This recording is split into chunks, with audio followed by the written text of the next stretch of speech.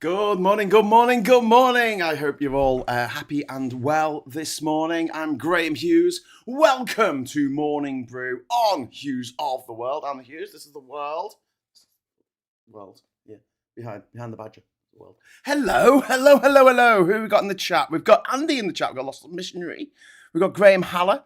We've got Andy. We've got SG. We've got Diz. Andy again. We've got Kimberly in there. How you doing, Kimberly? We've got blah blah CW Simon Smith. Who else is SG? Yeah, I've said that. Okay, and L is in the chat. Hello, L Diz. Everybody else, how you all doing this morning? Let me know in the chat.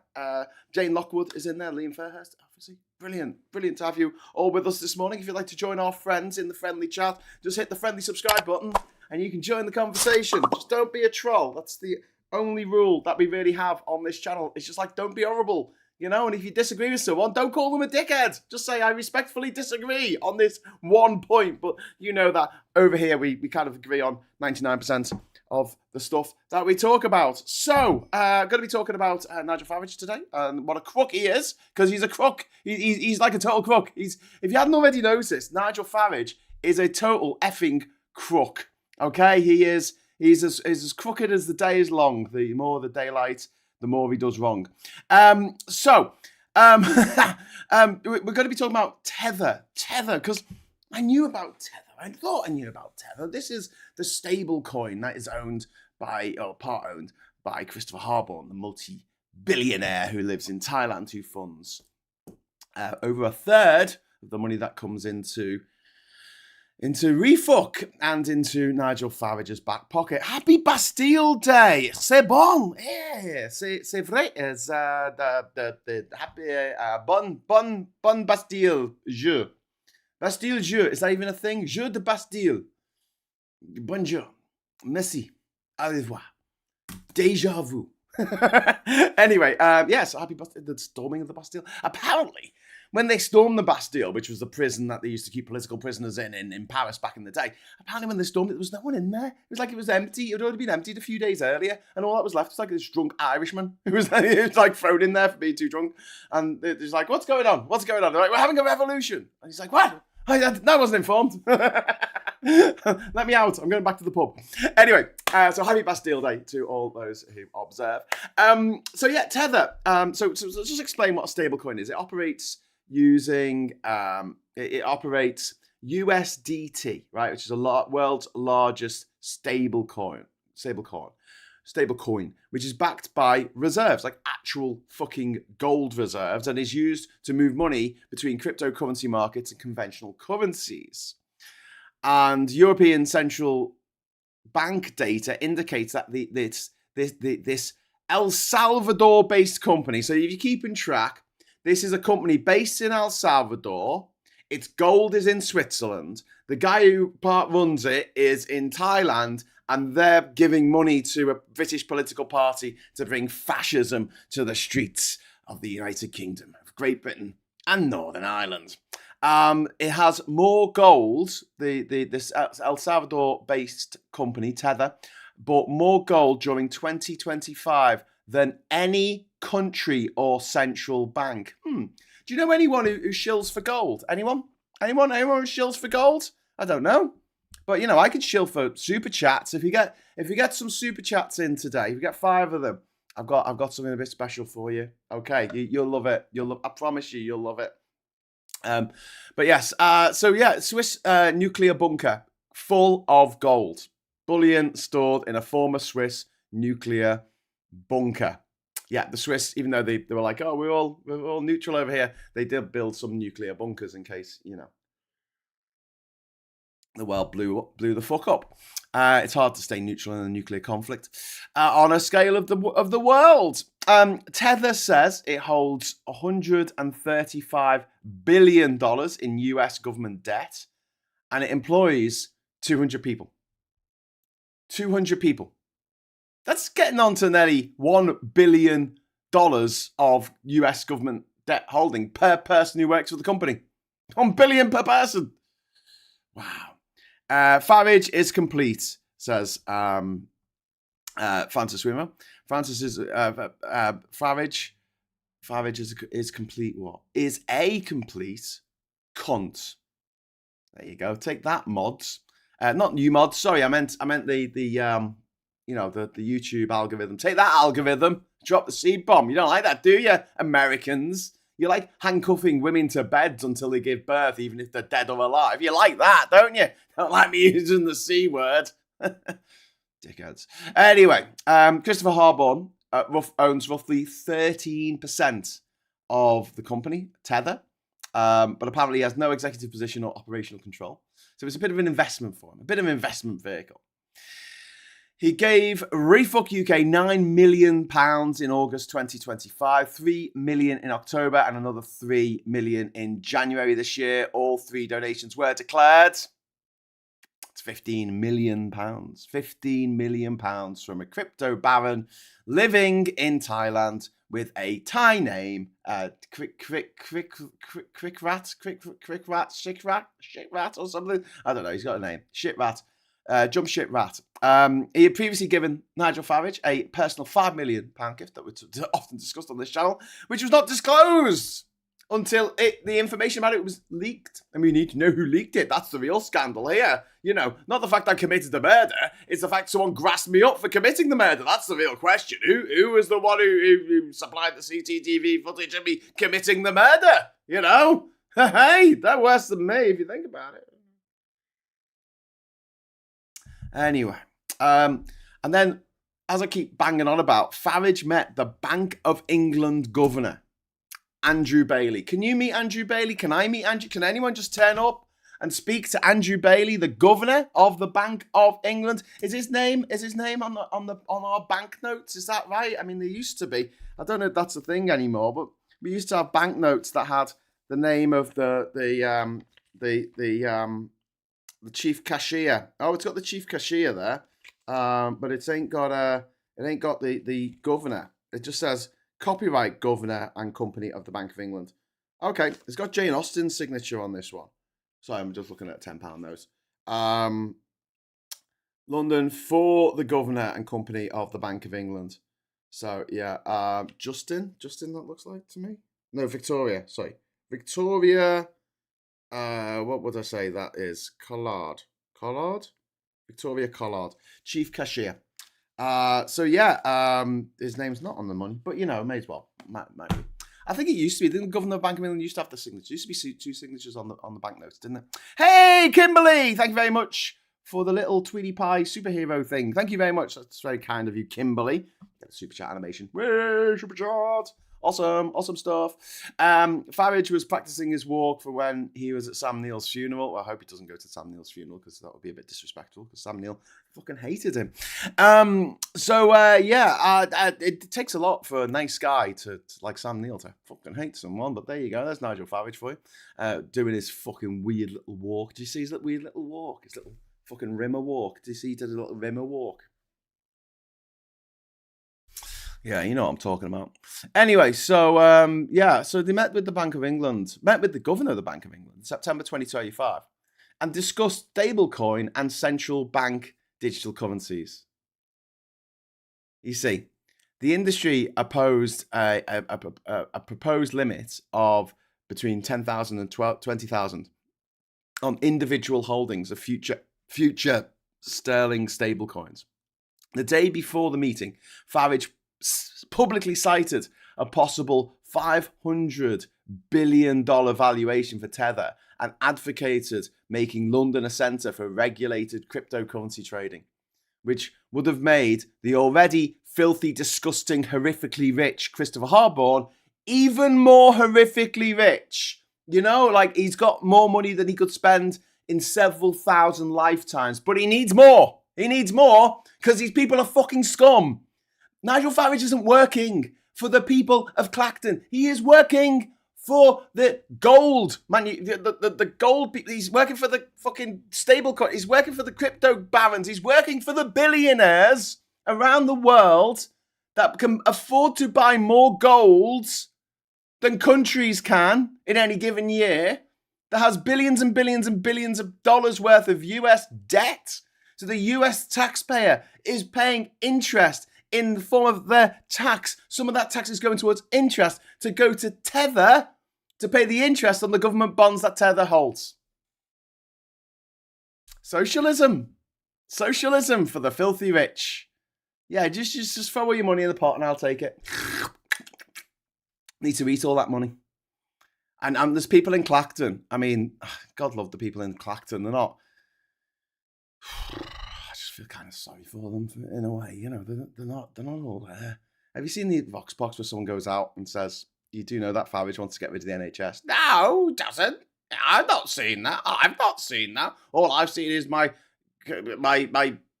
Facebook feed that tells me that Nigel Farage is manna from heaven. He's come down to save us all from the tyranny of the small boats. Even though I think Keir Starmer already did that. Old Poi, thank you very much for the £2 super chat. Have some money. I'm poor, but democracy is expensive. Oh, thank you very much, Old Poi. I don't know why that didn't clock up. I've had 3 super chats, but only 2 of them are clocked up. It's not good, is it? Yeah, saying 2 out of 5 when it's 3 out of 5 super chats, says Al.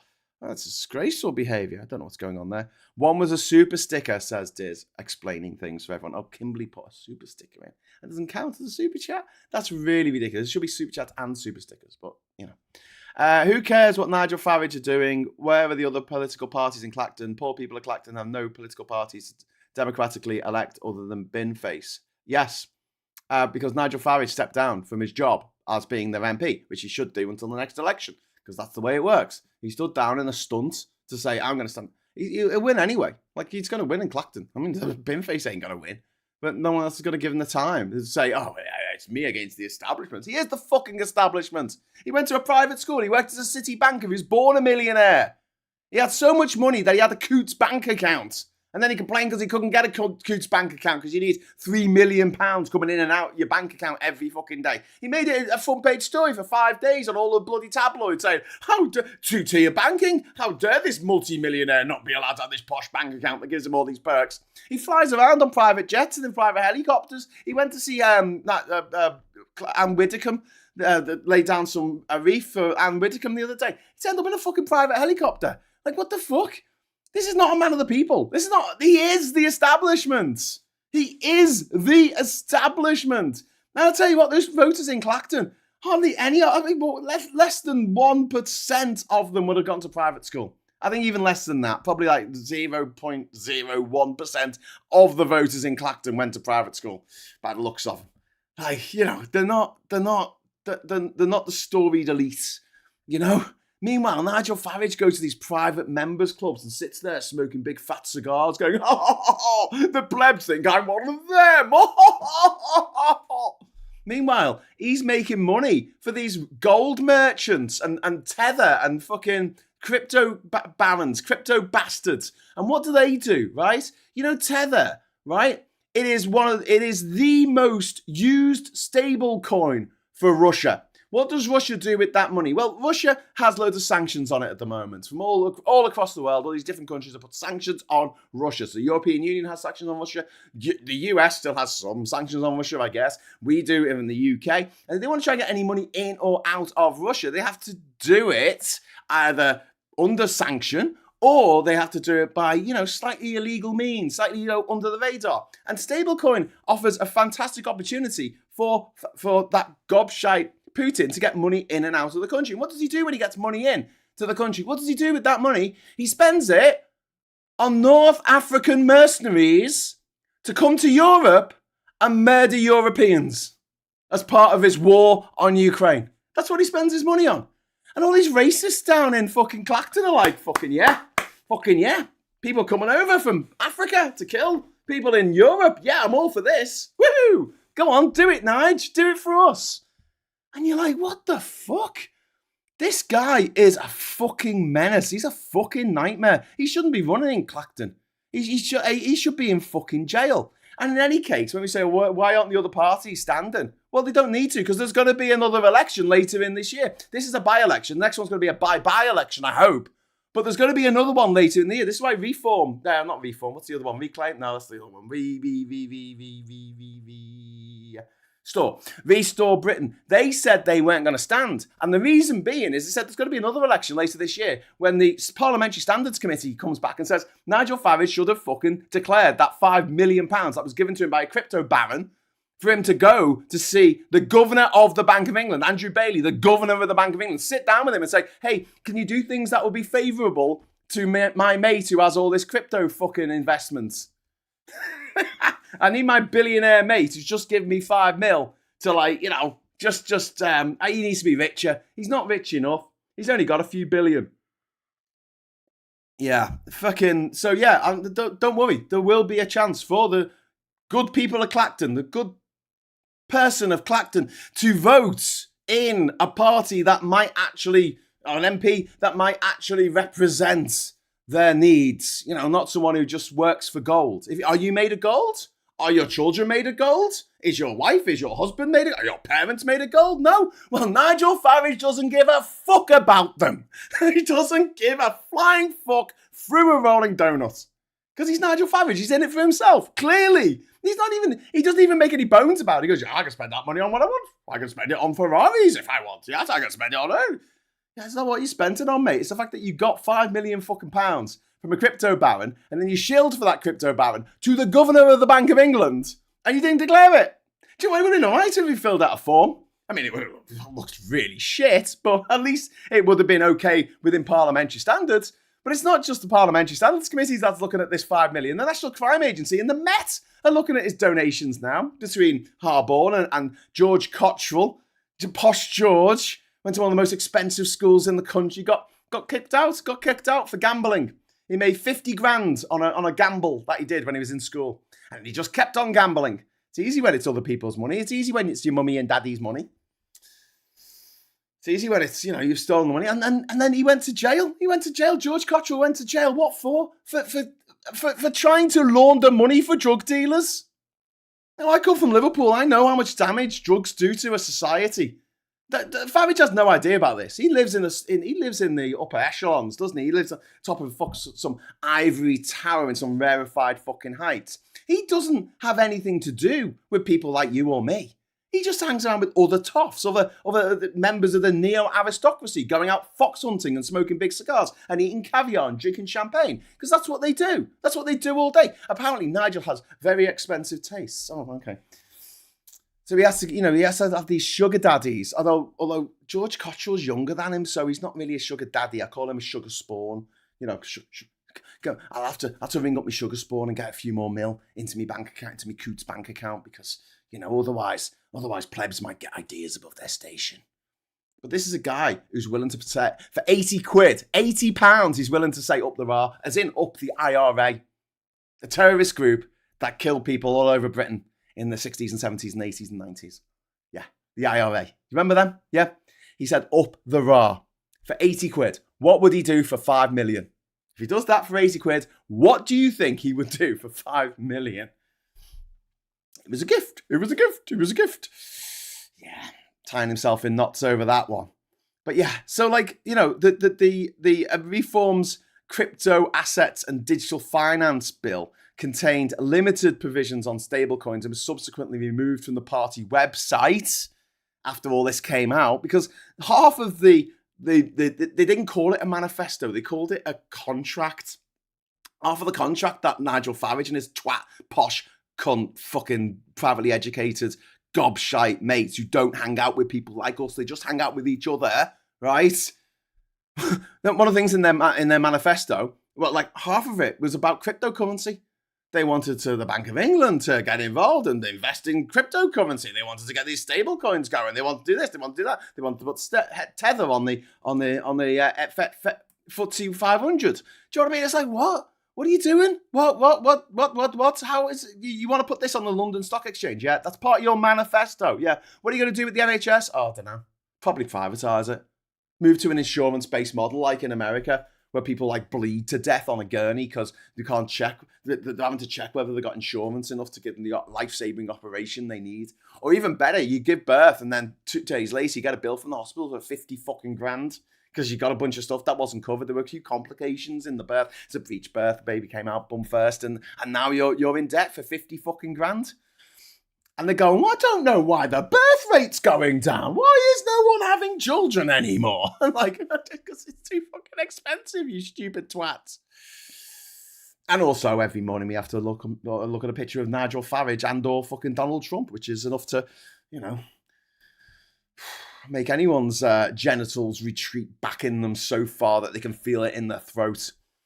Anyway, to be fair, I never heard the IRA being referred to as the VAR before, and I've been interested in politics since the 1970s. Foot'em Shug, I don't think we should be fair. I think he should do his fucking research if he's going to say stupid shit for 80 quid. And don't forget, he said other stuff as well, which was really fucking stupid, because he was just told to say daft shit, and he fucking said it for 80 quid. But yeah, fucking disgraceful. Absolutely disgraceful. Schools. We have a generally politically apathetic population, so got to work what you got. I wish politics was a mainstream subject at school and also mandatory voting, but hey. Well, Last Missionary, you know how I feel, but I've come round to your point of view on mandatory voting. I think, yeah, now, because the pensioners have just way too much power. They've got 90% of the money in the country. 90% of the wealth is in the boomers. That's how much money is in them. 90% of all our money. And then when they're asked, hey, should people get a day off for the World Cup if England win on Sunday, if we get to the final? And they're like, no. You know, these old fuckers are like, no. They were surveyed, and a vast majority of them said, no, we shouldn't have a bank holiday. These are people who are retired. Doesn't make any difference to them. They just don't want anyone else to stop working for their little triple lock. Work for my triple lock. Work yourself to death for my triple lock. Oh, excuse me, I've got to go on another cruise now. I'm off to buy a brand new car. When did you last buy a car? What, 12 years ago? Just have a really shit pension. Anyway, yes, I don't think that...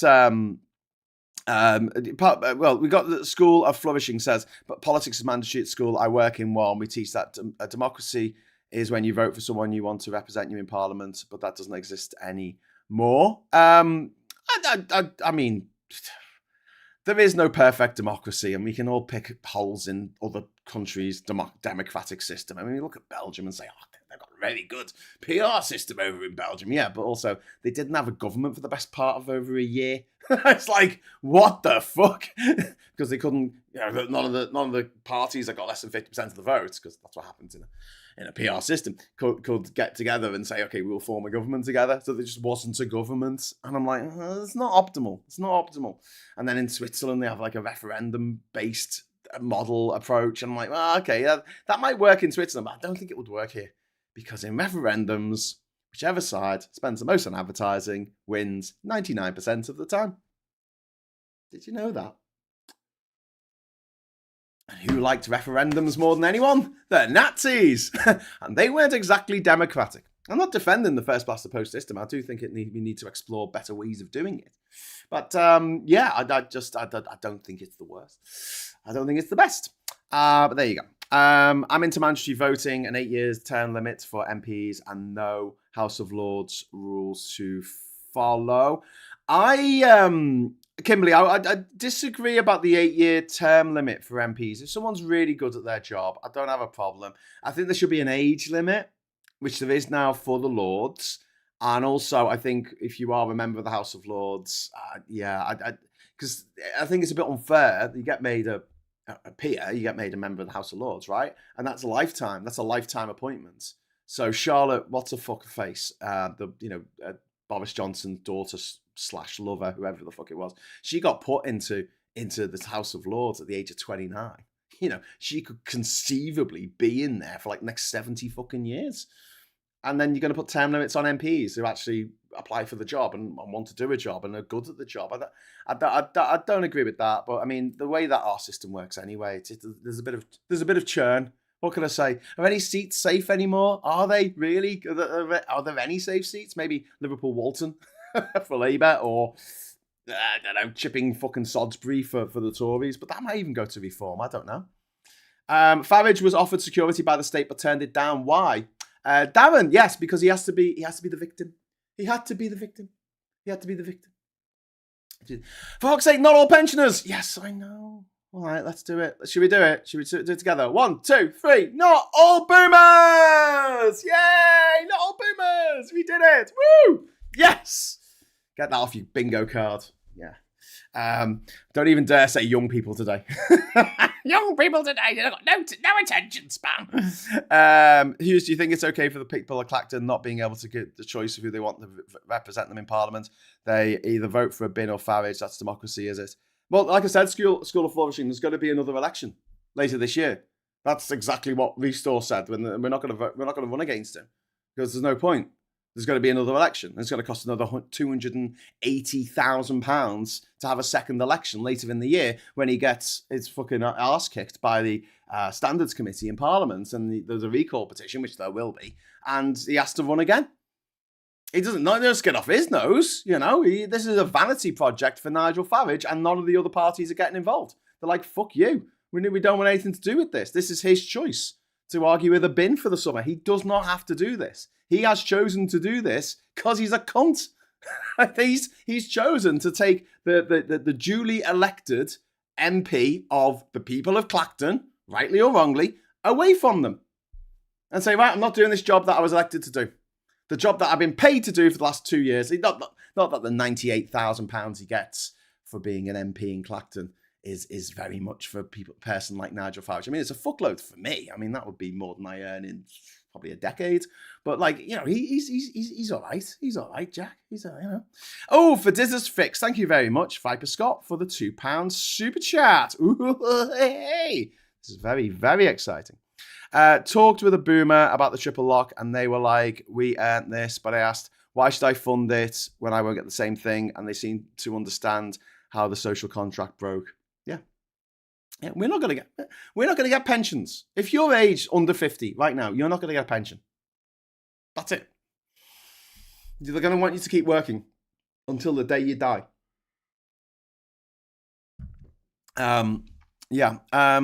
Steve provided security seemed to work fine for the king. Well, yeah, the security that Farage was offered, he was offered the same amount of security as Kemi Badenoch, and he turned it down. Said it wasn't good enough. Yeah. So we trust in Parliament then, just like Germans trusted the Nazi Party for a free and fair democracy too. That's an interesting view to take. Clacton just gets treated like a pawn by everyone. No, Clacton is being treated as a pawn by Nigel Farage. That is it. By the motherfuckers, the rich multimillionaires, privately educated motherfuckers that are the MPs and run Refuck UK Limited. That's a limited company. So the company that Nigel Farage is the major shareholder in,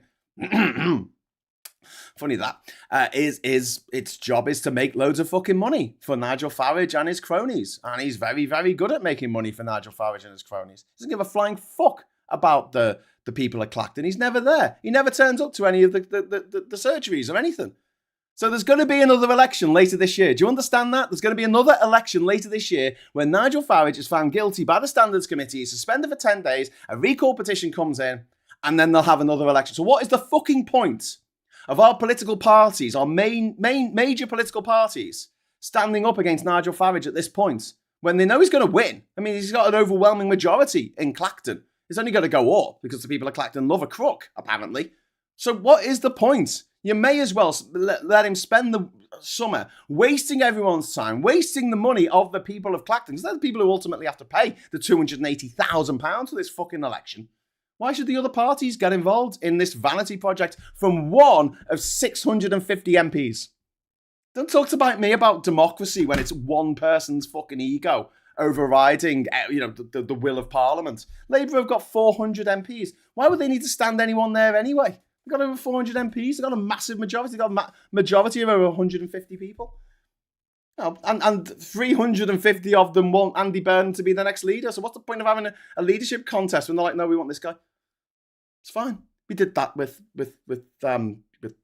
Gordon Brown. There wasn't a leadership election for that. There wasn't a leadership election for Rishi Sunak. Well, there was, but he lost it. Still made him leader. Do you understand that democracy doesn't take place later on? It's a constant, right? No, this is not democracy. This is a private company owned by Nigel Farage making trouble for our democracy. This is about as democratic as the Nazis, because he is a Nazi. He's a fascist. He's a straight up fascist.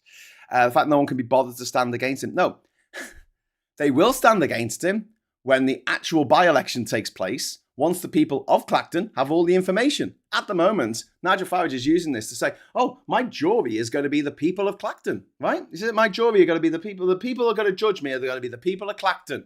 But they've only got half the evidence. They don't know what the Standards Committee is going to come out with. They don't know what the National Crime Agency is going to come out with. They don't know what the Met Police, who are also investigating these crimes by this criminal, are coming out with. And I am not having our democracy warped by a criminal like Nigel Farage. He's a fucking criminal. He's a fucking piece of shit. Let me tell you a little story about Nigel Farage. He was once in a plane crash back in 2011. You might remember the pictures of it. He came out of this plane crash. The plane was upside down. What happened was he went out with the plane. He had a UKIP banner out the back. The UKIP banner got wrapped around the tail fin. And the hero pilot managed to land them in a field, crash land them in a field. And both of them survived. The pilot survived and Farage survived, right? The pilot then subsequently couldn't fly again until the results of the investigation into the crash. And he lost everything. He lost his livelihood. He lost his, he was losing his house. He was losing everything. And he was begging Nigel Farage for some money, some support for the PTSD he had clearly suffered. So some counselling sessions would have been nice. But Nigel Farage couldn't give a fuck. Even though Nigel Farage at the time was making millions out of being an EU MEP. Millions. An MEP where he employed both his wife and his mistress in his office. So the taxpayers of Europe, that includes you and me, were paying, the £350 million a week that we were sending the NHS, apparently. Yeah, some of that was going towards Nigel Farage's wife and Nigel Farage's mistress, who were working for him in his office. He was just embezzling funds from the EU. Anyway, he could have used some of that money. He could have used any of the money that was coming in from gangsters in Russia that he was working for. Anything like that to help this guy out. Help him, give him a bridging loan even. If you want the money back, Nigel, it's fine. Give him a bridging loan until he gets his company back on its feet after the investigation into the air crash. And he didn't. This guy went fucking absolutely ballistic on Nigel Farage. Nigel Farage ended up taking him to court and getting a restraining order against him. And in the end, in 2013, the guy took his own life. Nigel Farage is fucking scum. He is scum from the top, from the bottom, from the left to the right. He is fucking scum. He didn't go to university. Didn't have to. He's rich. In school, in his posh private school, he was a racist. He was an anti-Semite. He used to go up to the Jewish students and make hissing noises like the gas chambers. As a Jesuit said, show me the child at 7 and I'll show you the man. And most notably, he never apologized. He's never apologized for that. He said, I wasn't being racist. I wasn't being anti-Semitic. I did nothing wrong. I did nothing wrong. He never said sorry. Never. And he never will. He never will. Joe says, vote for Binface. Yes, I absolutely agree. I absolutely 100% agree. Farage isn't going to lower taxes for anyone who hasn't filled his pockets. Yeah. It's simple as that. But don't worry, there'll be another election before the end of the year. That will be contested by the other parties. Because it won't just be a vanity project by Nigel Farage. You can't just hijack other people's democracy that the people of this country have spent fucking hundreds of years honing, putting together, putting in these rules, putting these things in place. You can't just fucking hijack that shit. What a fucking scumbag for even thinking that he can. Talking of Binface, I've got a little video for you. Should we watch Binface's attitude towards the leaders of the other parties? This is brilliant. Here we go. Here's Binface for you. Well, I'm quite happy with my breast size, so that rules out Zach. I'm not too bothered about water sports of either variety, so that rules out Davey. I'm not insane, so that rules out Kemi and Nigel. And I don't want to be bored senseless, so that's the end of Keir. So, but in a nutshell, I'd probably bin a lot of them. Richard, leave just you. The benevolent Lord Protector. Or dictator, as we used to call him. Indeed. But influencer, supreme. I fucking love him. The comedian behind Binface is objectively fucking hilarious. He's just a very, very funny person. And let's not make any bones about this. He is not running a proper campaign. He doesn't want to win. His objective here is to show up Nigel Farage for the absolute fucking crook, the narcissistic piece of shit that he is. That's what he's doing. I think he's doing a really fucking good job of it. And the by-election could be more candidate with only two candidates. Farage has about 49% of the vote, so instead of splitting the other 51 between several candidates, it's a binary choice. Is that more democratic or less democratic? Who knows? You know, I don't. Binface ain't gonna win. Binface is it's outside the realms of possibility for Binface to actually fucking win. I know we love this stuff on the internet, and people like me are permanently online, like, hey, Binface for the win. But Binface doesn't need to win this to show Nigel Farage up for the narcissistic piece of shit that he is. He's a really vile man. He is a vile man that drove the pilot of the plane that crashed, and he survived that crash because of the skill of the pilot in crashing the plane, in a way that didn't kill them both. And his repayment for saving Nigel Farage's life, his repayment was that Nigel Farage came down on top of him like a fucking ton of bricks, put a load of lawsuits on him, and the guy eventually took his own life. That's the metal of Nigel Farage. And this is not even reported in the newspapers very much, is it? You did it. I want Binface for MP of Clacton. Well, so do I, mate. And this is for Viper Scott. This is for Joe. This is for everyone who's dropped a super chat in. Viz, this is for you. I shall release the Binfeffy. Yes, Binfeffy. Woo! Yeah. Binfeffy. Woo! Yeah. See that? Did you like that? Yeah. That was my little surprise for you. Binfeffy. Yes. This is all kind of a bit of an in-joke now, isn't it? Yes, indeed.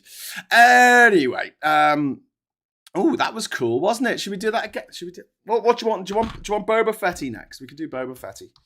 Boba Fetty. Oh, why does it not give me the little emoji things that I want? Why do you not give me the correct emojis? Oh, banana. Okay, I'll put that in as well. Okay. Oh, shit. No. Oh, fuck. I've just started a goal, but it's wrong. It's completely wrong. Oh, my God. It's for half an hour. It's for, you've got to give more than a tenner, and I've got to get 10 of them. I don't think I'm going to get that goal, so I'm just going to remove that. Normally, it just keeps on what it was before, but apparently not this morning. Let's have a go. So 2 hours, Boba Fetty, start the goal. Okay, thank you. Love it. Binflace does obliquely reference issues, build one council house, make a 99 and 99p. Farage doesn't want security provided by the state because he doesn't want the authorities knowing what he gets up to. Yeah, John, isn't that really telling, mate? Isn't that really telling? Thanks for the super chat. But yeah, you're absolutely on the money there. Imagine, Nigel Farage, right? He looks at Boris Johnson having all these parties in lockdown when the rest of us couldn't be with our mothers and fathers. The rest of us couldn't go to our nan's funeral. The rest of us couldn't be there for our friends who aren't here anymore as a result of that. He was having a party. He was having a fucking party every fucking night, right? He's getting pissing fucking wine up the walls about people having sex in cupboards. There was cocaine everywhere. They broke kids' swings because they were having sex on a fucking swing. These fucking coke parties that they had in Downing Street while we were all locked down. And that was under the nose of the Met Police or the Westminster Police or whoever it is outside Parliament, outside number 10, who were there, the Special Protection Squad for the Prime Minister, fucking standing there seeing all these parties going. It's like the idea that they didn't know. They didn't know. Yeah, you did. Oh, great. Boba is going to be mad at me now. He didn't like me polishing the Binface's helmet. Says L. So Farage has decided that he will let the people of Clacton decide where he seems to be most popular. That's like robbing a bank and getting their mum to decide whether they're guilty. Yeah, people. I mean, this is the same as thing that Trump did in America, though, isn't it? He went, oh, well, I'll get impeached and it'll go to the Senate and they'll decide to convict or not. And, the jury was stacked. It was full of people from the Republican Party, and he had enough money and enough power because he was backed by the world's biggest billionaires to say to all the people in the Senate, hey, listen, I'll give you £10 million each. That's fucking peanuts to these people. And there's only 100 senators. There's only 50 of them you have to get to vote your way. And of them, most of them would anyway. So he's had to pay them just the few holdouts to make sure that they can't get a 60-seat majority to actually convict Trump. It is like getting in the jury of Ned Kelly, and it's the fucking Kelly clan. It's his mum, it's his brother, it's his sister, it's his 2 kids just sitting there in the jury going, nah, innocent. He didn't do any of that shit. such is life. Reform and Nigel Farage are about as appealing as reformed meat products, says old boy. Yes, indeed. But yes, yeah. By the way, I will say as well that Andrew Bailey said the conversation did not alter bank policy. Good. But the fact that they tried is bad enough. The fact that they tried to influence the policy of the Bank of England on behalf of Nigel Farage's crypto mates that gave him fucking millions and millions and millions of dirty fucking blood money. You know that Russia has kidnapped 20,000 Ukrainian children. You know that, right? You know the understandable commotion that was made by the Israeli authorities about the kidnapped Israelis that were taken into Gaza. Yeah, do you remember that? We're talking about 20,000, not a couple hundred. We're talking 20,000 children taken from their families to be sexually assaulted and worse in Russia. From places like Mariupol, which is now completely overrun by Ruskies. Well, I say Ruskies, it's like, 20% Ruskies and then 80% people from north of Africa and North Korea. Yeah. Nigel Farage is a scam. Yeah, he is a scam. Vote reform for mechanically recovered politics. Yeah. Why are you having a meeting with the twat, Mr. Bailey, AA? Well, I suppose. Check out Larry and Paul Frogface resignation translation video. It is hilarious. It is genuinely hilarious. Now, I'm actually gonna do. I'm actually gonna try and bring it up here because it's been suppressed.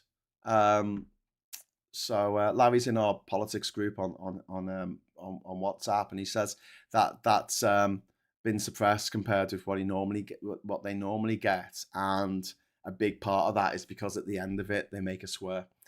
And you're not allowed to make a swear on YouTube, but you get into all kinds of trouble. But yeah. Trying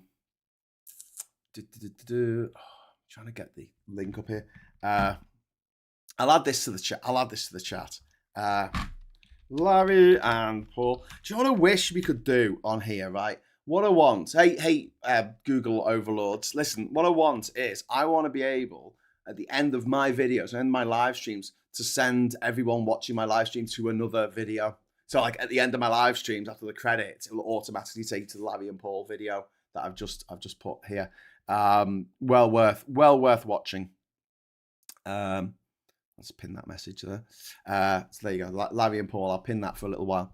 Bailey said they know what lobbying looks like and they aren't persuaded by it. Yeah, that's fair enough. Thing is, since this scandal broke, has Farage's media airtime diminished? So asked Josh. Well, I don't know. He's not doing much. He's not doing any interviews since he said he's going to step down.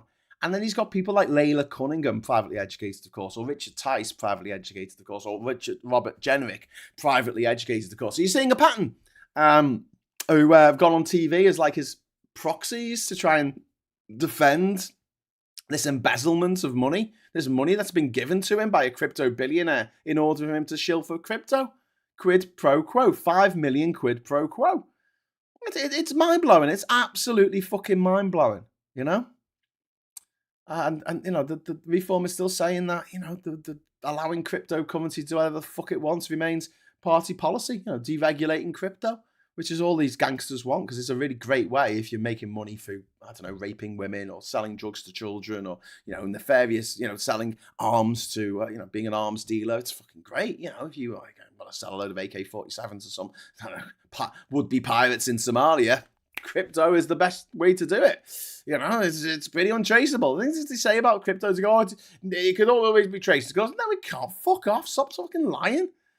But, you know, these gobshites have made a fuck ton of money out of crypto. Just look at Trump. Not for too long. He's fucking minging fucking ugly. But he's made $2.2 billion out of crypto last year. $2 billion fucking dollars.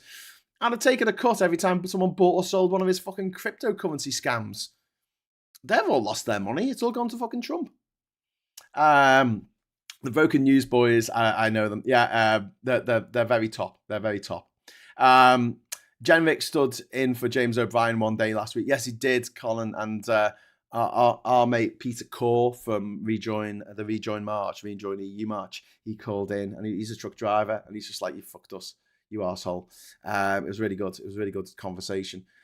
George Bailey would never lower the good name of the building and load by succumbing to Potter, says Colin Baker, with a little reference to It's a Wonderful Life there. Thank you for that. And this by-election is a vanity project, and putting up candidates would only play to Farage's favour. Unfortunately, the only way to win is not play his game. Yeah, Puninator, I absolutely 100% agree.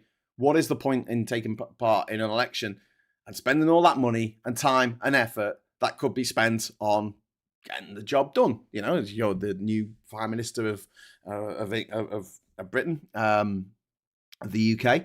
If you're the new Prime Minister, just come in next week. Why are you wasting time on this bullshit in Clacton?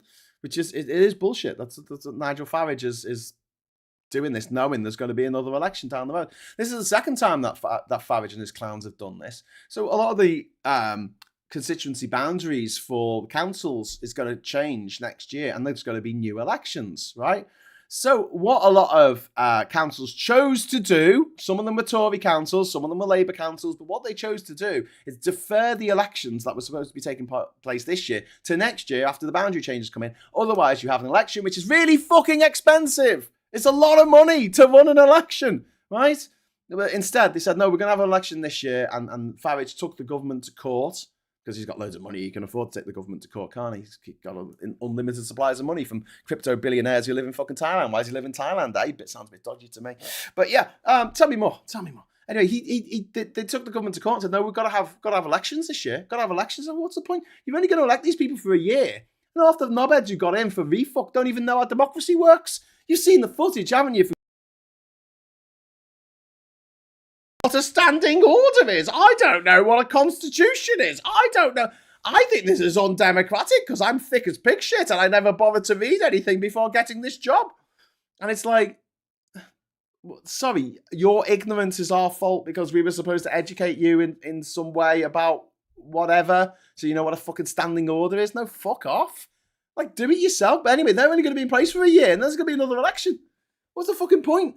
It's a waste of money. And that's what Farage and all his mates, and Trump in America, they love to do this. They love wasting other people's money. You know, we laugh about the fact that Trump, he bankrupted his casinos. One of his casinos in Atlantic City, he was bankrupted twice, right? But what isn't mentioned is the fact that the city authority in Atlantic City gave him massive subsidies of taxpayers' money to set up those casinos to get Atlantic City back on the map. To make Atlantic City the Vegas of the East Coast. Taxpayers' money. And so when those casinos went bankrupt, Donald Trump personally wasn't bankrupt. He did quite well out of it. Thank you very much. Got to understand these people operate on a completely different level. And then when we look at like the budget of a country and we think of it like a household budget, which is not. It's nothing like a household budget. We're like, oh, why are we spending money on this? Why are we spending money on that? Why are we spending money? And there's a lot of knock-on effects that we don't even think about. We need to invest in education. We need to invest in the NHS. Yes, but there's a lot of other stuff we also need to invest in. And if you take away a few of those blocks, the whole fucking wall fucking collapses. A stitch in time saves nine, right? So how about when we see a kid who's troubled, obviously, and needs some help, needs some mental health support, maybe they've been bereaved, you know? Taking away the bereavement counselling for children who have lost their parents, or, you know, children who, counselling for children who are going through shit, right? Taking that away from them just makes more problems down the line. Because if that kid ends up in, you know, getting in trouble with the law, getting into jail, that costs a lot of fucking money. It's like homeless people. It costs more money to leave homeless people on the streets than it does to just give them a fucking home. It's so frustrating. Like, it's cheaper and morally correct as well. But also, it is cheaper to give people somewhere to live than to have them on the streets. Why? Why is that? How do you make that? Well, look at Shelter Zone data on this. They say an average person living on the street will use the emergency services infinitely more than the person who is homed. So in any given year, there'll be this many ambulance coming out. There'll be this many nights spent in a jail cell. There'll be this police time and ambulance time and doctors and nurses and all this kind of stuff. to try and keep alive someone who's living on the streets. Whereas we can put them in a house, a home, well, not necessarily a house, but like a home, somewhere they can live, you know, and have a caseworker working with them, make sure they work through their mental health problems. We don't want to do that.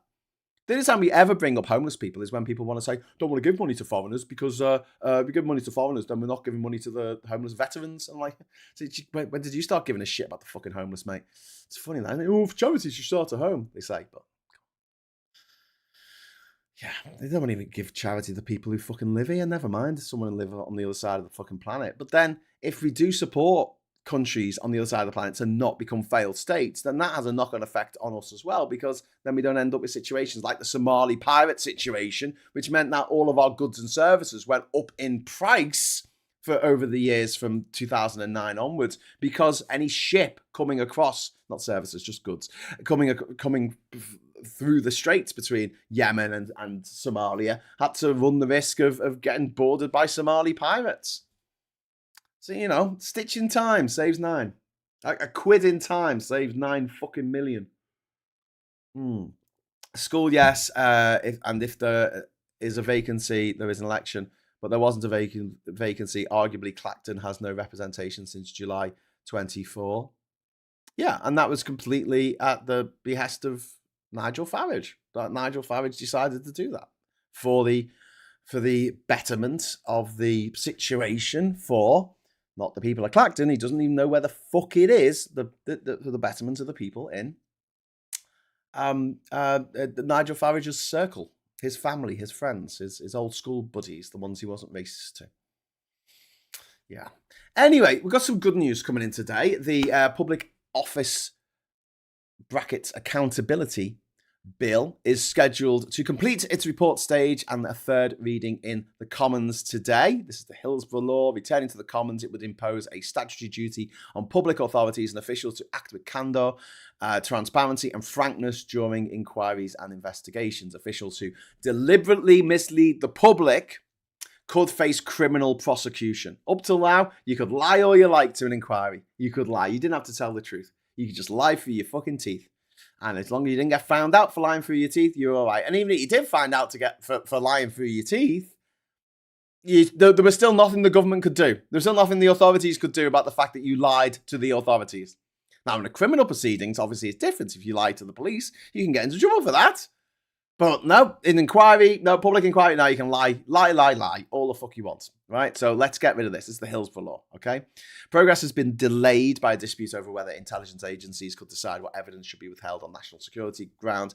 That's been taken out now. It's been stripped out. And the revised agreement gives the inquiry chair the final decision on excluding such material. So it's not up to the security services what that may or may not be passed on. It's up to the chair of the committee. Which could be someone from Labour, could be someone from the Tories. That's the point, you know? Or it could be someone who's officially put in there by the government of the day to chair the inquiry. They will decide on what material goes in and what not. Not the people involved in the cover-up. You see? So that's good. Meanwhile, Andy Burnham's received 349 Labour MPs votes, nominations from 349 Labour MPs. There's only about 400 Labour MPs, so overwhelming victory in the election for Prime Minister. 54 MPs have not nominated him, leaving no possible challenger able to reach the required threshold of 81. He therefore becomes the leader of Labour without a ballot of party members on Friday, because there's no point. There's no other. You've got to get 81. You've got to get 81 votes to be nominated to stand, and he's got so many votes that basically no one else could possibly stand against him. Them's the rules that Labour have set down, because last time we had a leadership election. Not last time, but one of the times we had a leadership election back in 2015. I remember it well. There was a chap called Andy Burnham, and he was running for leader of Labour. But he ended up getting beaten because this guy came along from the backbenchers who no one had ever heard of before. And basically said, I want to do that. And a bunch of entryists paid £3 on the Labour Party website and got to vote for the person who could never win an election if his life fucking depended on it. Funny that. I wonder why they voted for him. Anyway, so yeah, he is now going to be the Prime Minister, and Keir Starmer is expected to resign as Prime Minister on Monday, next Monday, after which Burnham will be asked by the King to form a government. But Burnham has promised a cabinet drawn from different sections of the party and identified devolution, geographically distributed economic growth, and living costs as initial priorities. Don't be surprised if he puts in people from the Greens and people from the Lib Dems, maybe even the SNP. I don't know about the SNP, but maybe even Plaid Cymru into positions in the government. He might do that. I'd like to see him do that. That would be fucking fantastic if he does that, and get them on board for a government. Not necessarily of national unity, but a government that is representing as many people as possible, as many people in this country as possible, because we have lived in a country where a minority, a very loud vocal minority, have dictated the form and the shape and the push of governments for all my life. Don't forget, this is going to be the first time in my entire lifetime that someone who sounds like me, someone with a similar upbringing to me, has been Prime Minister. Do you know what I mean? Like John Major, arguably, maybe if you squint, and so he did fail the maths test to become a bus conductor, didn't he? And they made him the Chancellor of the Exchequer. Tories, eh? But yeah, John Major, he had a fairly normal middle class youth. Even Thatcher didn't go to private school. Yeah, we had a good run from the 60s of prime ministers who weren't dead posh, and then we had Tony Blair, he went to private school. We had David Cameron, private school. Theresa May, private school. Boris Johnson, private school. We had Liz Truss for a week, but she didn't go to private school, but we only had her for a week. And Rishi Sunak, private school. And then Keir Starmer, his school became private while he was there. So it's a bit, yeah, okay, kind of. Yeah, I'll let him off. But still, the fact remains he did go to a private school and get the benefits that come from going to a private school. And Zach Polanski went to a private school, and Kemi Badenoch went to a private school, and Rupert Lowe went to a private school, and Nigel Farage went to a private school. Loser Fox went to a private school. He went to fucking Harrow.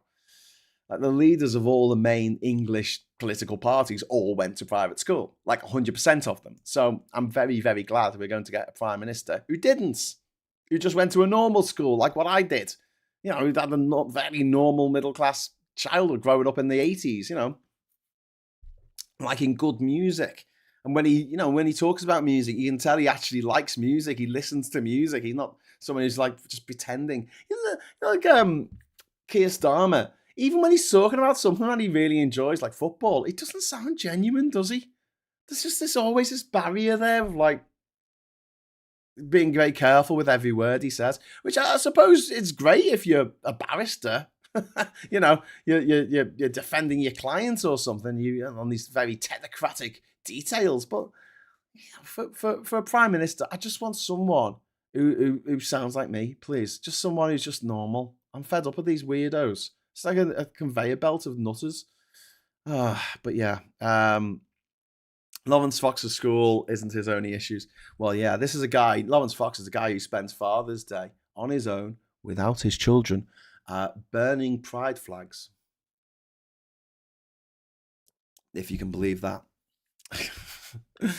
Also, Andy Burnham, Everton fan. We're going to have our first Prime Minister who is an Everton fan. We're going to have our second Scouse Prime Minister of all time after Gladstone, the great Gladstone from the Victorian era, who was our Prime Minister about 17 fucking times on and off.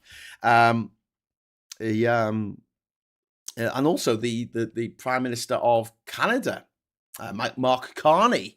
He's a Blue as well. He supports Everton as well. So for the first time in history, we're going to have a premiere of the UK and of Canada, both supporting the same football team as me.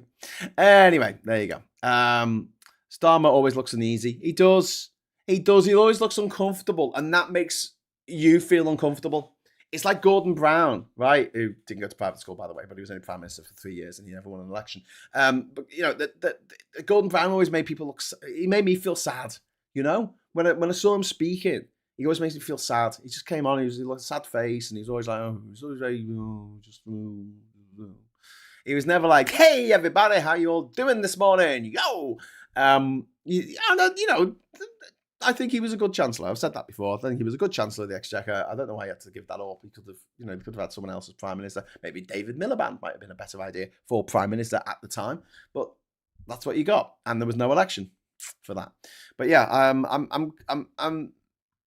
I'll try and reserve judgment as best I can on Andy Burnham until he really fucks up, and then I can say, what a fuck up. He's really fucked up. But at the moment, from what I've seen and what I've seen him talk about, whether it's Gaza, whether it's talking about mental health, whether it's talking about dementia treatment, whether it's the future of the NHS, the land value tax that he wants to bring in, building of council homes, all this kind of stuff. I'm like, yeah, please do all that. And his comms are better as well. So I've seen nothing so far. I'm sure I will, Everyone just disappoints you in the end, don't they? You either die a hero or live long enough to become the villain. And then you die a villain, like Lindsey Graham.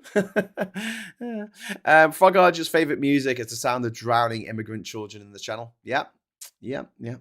There's always a dark side to PMs, but Burnham being a blue vomit. Bloody hell, Simon Smith. Do you feel that strongly about Everton, the team that haven't won anything for 31 years? All right. I didn't know. It's just like he's used to losing, isn't he? Mary Black, quite very intelligent. Yeah, I liked her. SNP MP. Appointing Gordon Brown was a massive mistake. He should have stayed in the Treasury. It felt too contrived, and also the Blair Project was running out of steam. They needed someone with new ideas. Yes, Ned, couldn't agree more.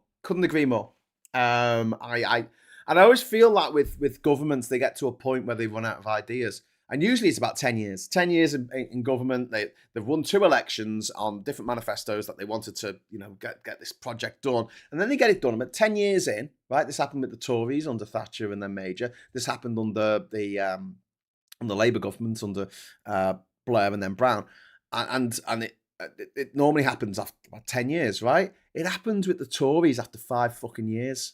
Their big idea in 2015 was to have a referendum on the EU. And then that was all it. The next 9 years, that was it. That was all it was. The referendum on the EU. And then nothing actually fucking changed or mattered or whatever. They just managed to make the country poorer, more divided than ever before. And one thing that I really do like about Burnham, especially compared with Nigel Farage, right? Nigel Farage just looks angry now. He just looks pissed off. He looks permanently, bulldog chewing a wasp like this. And he's angry. He's like, I think that you have to be family. They will have to be family. He's like, I'll kill them. I'll burn down their house and piss on their ashes. And it's not something you can really get behind. You're like, oh, that's all right. I saw a great quote. I saw a video that Sam Neill put on TikTok before he passed away, unfortunately. It was a really lovely video. It was a really, really lovely video. And he was basically saying, I've got a quote here from it, actually. Let me just have a look it up. He said, I'd like a morning when I wake up and there's really nothing on the news, when everything just returns to dull and people are just getting on with each other. And I kind of see what Andy Burnham's trying to do. He talks about working together with other parties, bringing in other stakeholders. Even when I had a meeting with the mayor of Liverpool, Steve Rotherham, last week, he did talk about bringing in other parties on Global Scouts Day, which is the day I founded in Liverpool.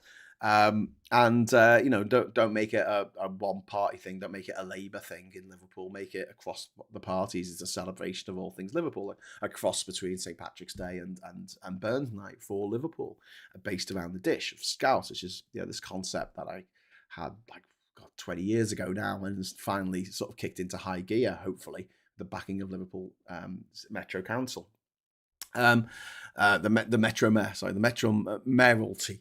But yeah, he was talking about working across party as well. Now, Farage doesn't do that. Farage was really angry, shouty man. There's nothing wrong with being a shouty man. I'm a shouty man. But, he seems like a really angry, shouty man with little in the way of a sense of humour anymore. He's just deadly serious. And he's not about bringing people together. He's about dividing. He's about dividing families, dividing friends and neighbours and partners and colleagues.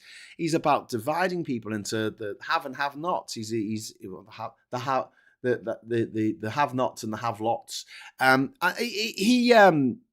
He's very much not liked by anybody else in Parliament. Whereas other MPs, and they'll have the fucking ding-dongs, they'll have the debates in Parliament, and they'll go to the bar afterwards and have a drink together, even if they're in different parties. You know, they all chat with each other afterwards, and, you know, they seem to get along. If you're in the green room and there's a couple of MPs from opposing parties, they're having a natter, you know, having a cup of tea together or something. You know, they're not at each other's throats, but Nigel Farage wants to bring in that form of politics where people are at each other's throats and they absolutely fucking hate each other. Which I don't think is good. I don't think it's good.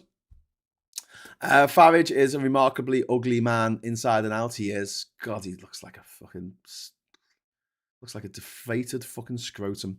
If the government thinks that the government, if the government thinks the UK is such a good, better together thing, why don't they put it to the test with a referendum for each separate part of it? Well, I mean, the logistics behind that would be insane. And then, what about the civil service and the provision of, like, postal services and the army and the navy, and who gets the nukes? I mean, I don't know. I just think it'll be a bit difficult. Do you mean like England, Scotland, Wales, Northern Ireland, or do you mean like Northern Britain and Southern Britain, Northwest, Northeast, Southwest, Southeast? I mean, where do we draw the line? I don't know.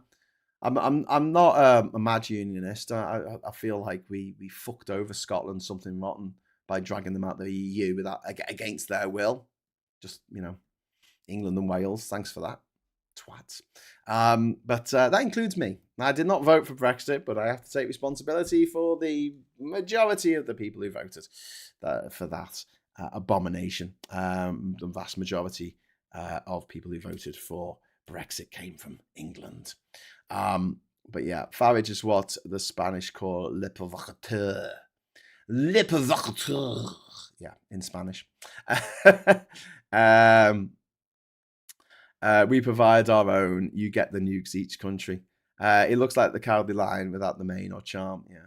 The problem is as well with the whole separation thing is that I've said this before. Like, I don't think that the Brexit referendum should have gone ahead in the form that it did. I think for something that changed the constitution so wildly of the four nations that make up the United Kingdom, it needed to be it needed to be a 66% majority, and 3 of the 4 of the home nations had to vote in favor of it. You know, it couldn't be 2 of them voted for it and 2 of them voted against it, which is what it ended up being.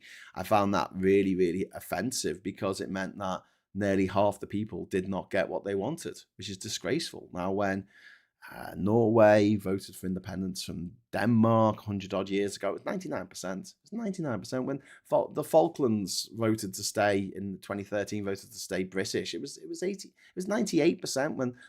When Gibraltar voted to stay in the EU, it was 98%. When Comoros, the Comoros island of of Mayotte. When the Comoros Island of Mayotte, which I've got a postcard from Mayotte actually here, because I've not been there. So my friend who sends me postcards from places I've never been, like, you know, Stanley in the Falkland Islands. There you go. That's a postcard from there. Mayotte. There you go. There's Mayotte. There you go. That's actually a French island.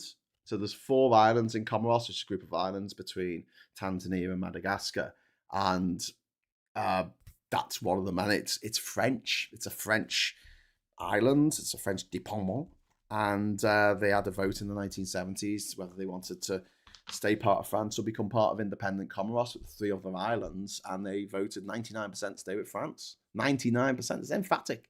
You can't argue with that. You know, you're only upsetting like one person. Whereas the votes that I've seen for Scottish independence, Welsh independence, it is fraught with danger because it's less than 50-50, you know, which isn't great. And I suppose at some point, maybe they will get up to a supermajority, but I would like to see a supermajority before anything that significant happens. And I'll say the same for Northern Ireland as well.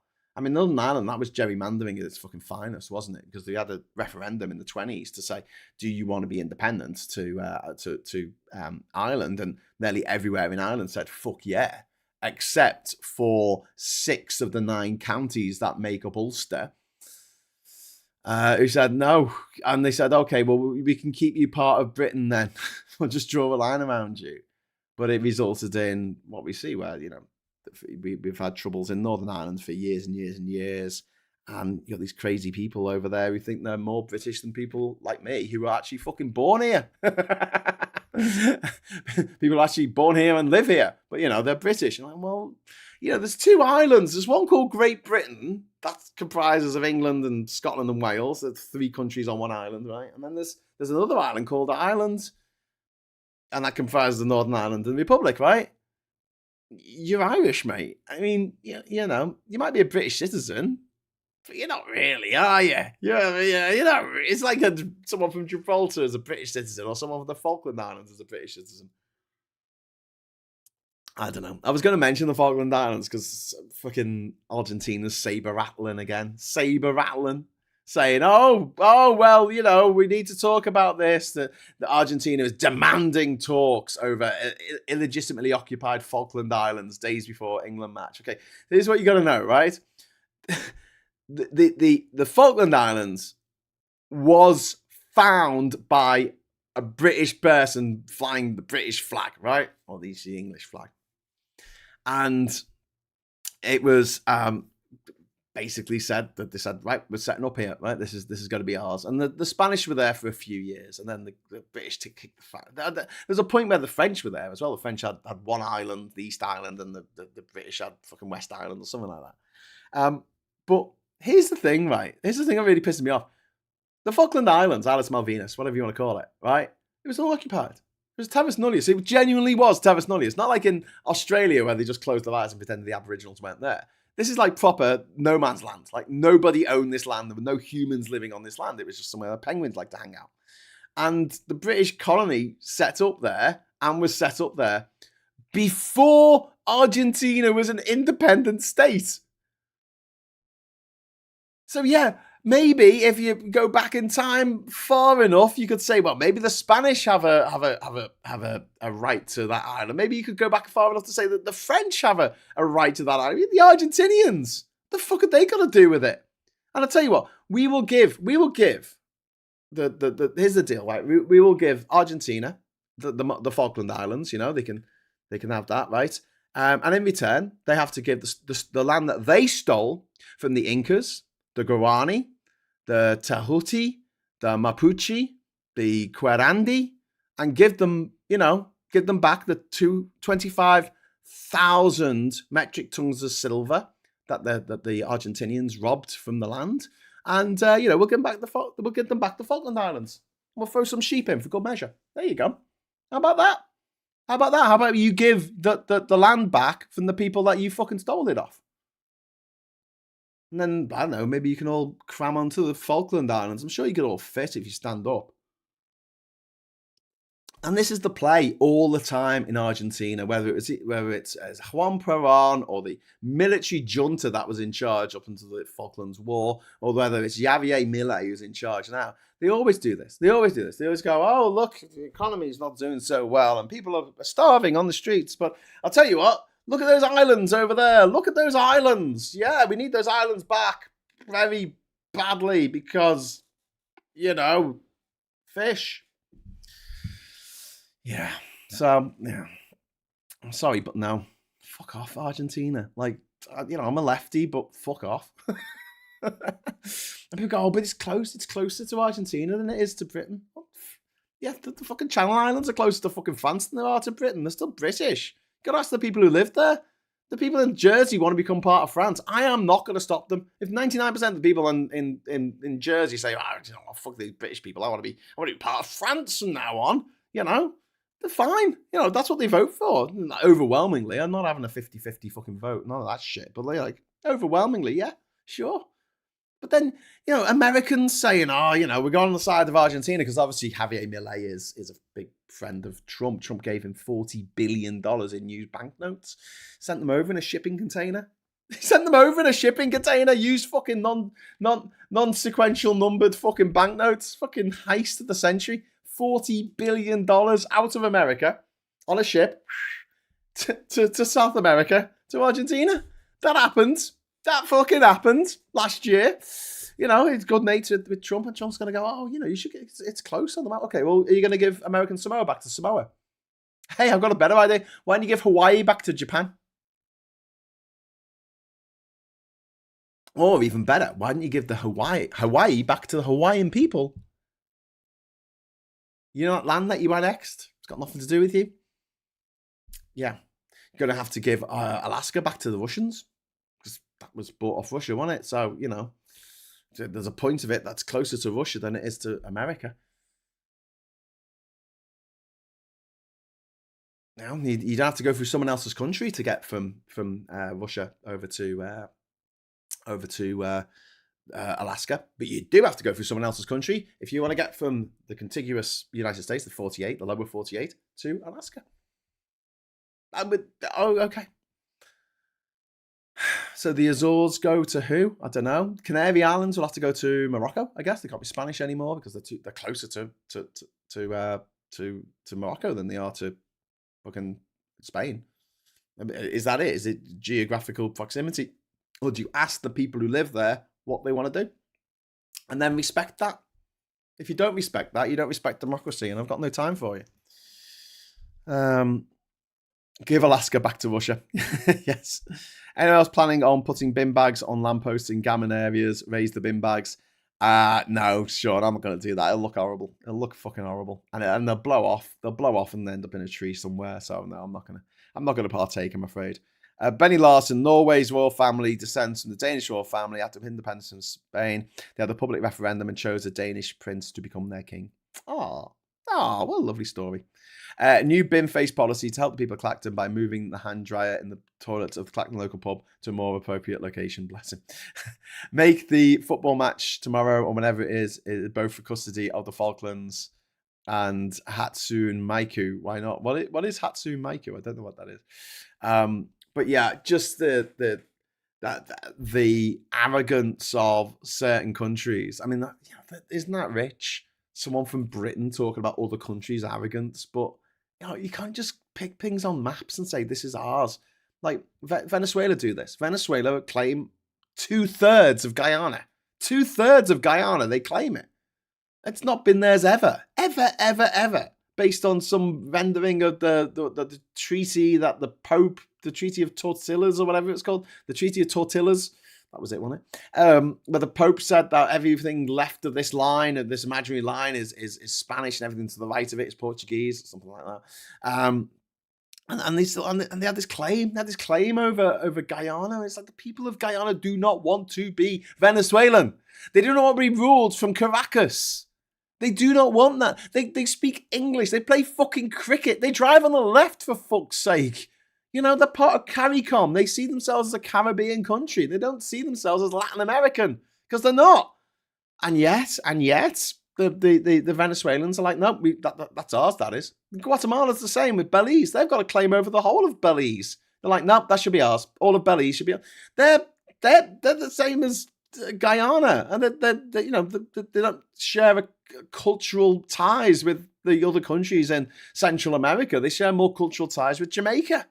And with St. Vincent and the Grenadines and Dominica and Grenada and the country, these islands that were British islands back in the day.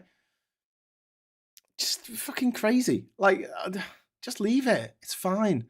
You know, whatever borders were there in like, I don't know, 2000 or maybe 2002, just say, okay, that's fine. Now, this isn't the same as saying that countries or parts of countries shouldn't strive for self-determination. I absolutely think that West Papua should be its own country. It shouldn't have been invaded by Indonesia, which shares no cultural links, no linguistic links, no religious links with the people of West Papua at all.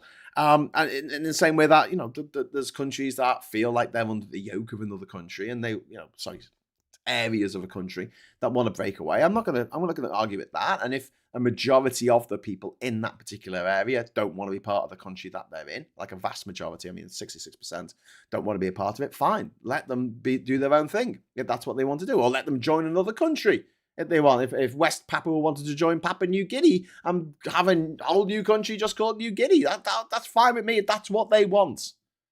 But no one ever asked them. No one ever asked the people of Kashmir what they want.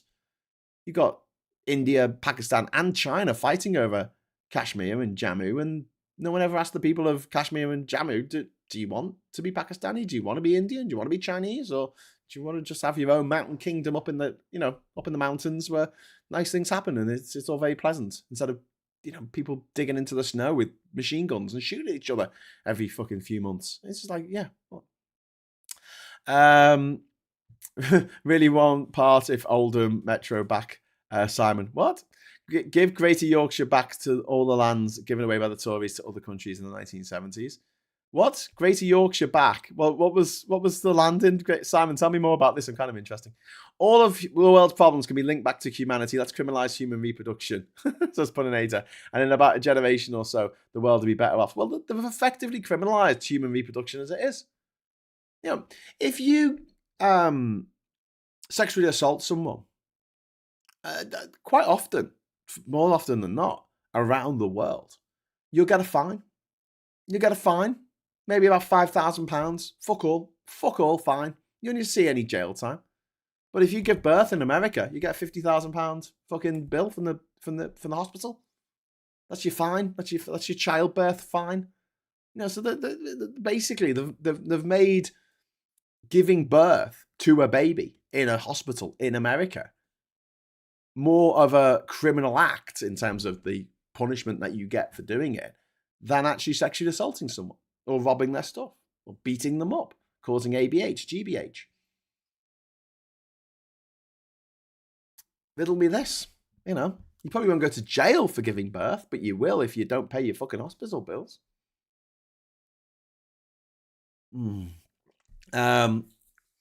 I think Ghana, Benny Larson says, I think Ghana should go to me and Tunisia and Trinidad and Tobago and the US Virgin Islands and Bahamas and Colombia and Indonesia and the Philippines and South Korea because I say so. Yeah. Yeah. You might want to check in with the people who actually fucking live there. I always feel it's like, the war between Turkey and Greece over Cyprus in the 70s. Like, fuck off. Well, it's not your country. Cyprus is an independent fucking country. And because of these two fucking, superpowers of the area, Greece and Turkey, and because of their age-old beef, they were like, no, we're going to separate this island out, separate it, into people who see themselves as ethnically Turk or ethnically Greek. And it's just like, what do you do this for? The people on the island were getting along all right, not brilliantly, but, all right for 10 years. And then the fucking Greeks and the Turks are like, no, we've got to split these people up. Got to keep them separated. And Tonga too. You want Tonga too? Well, that's just greedy, mate. When people are desperate, they tend to do illegal things just to survive. Relief and desperation should be encouraged. The Alaska sell-off is because Russia had lost the Crimean War and wanted to get the cash and stop Britain. Stop Britain! The only country in the world to put sanctions on, ... having a baby. Something essential to sustaining society. Yeah. But I wouldn't say it was the only country in the world to do that. I think it's prohibitively expensive for people in this country to have kids. It's ridiculously expensive. It's ridiculously expensive and dangerous. You could end up having a kid and not be able to afford to give that kid a proper childhood and to give them things that just to keep their life all right. You can't afford it, and the society punishes you for that.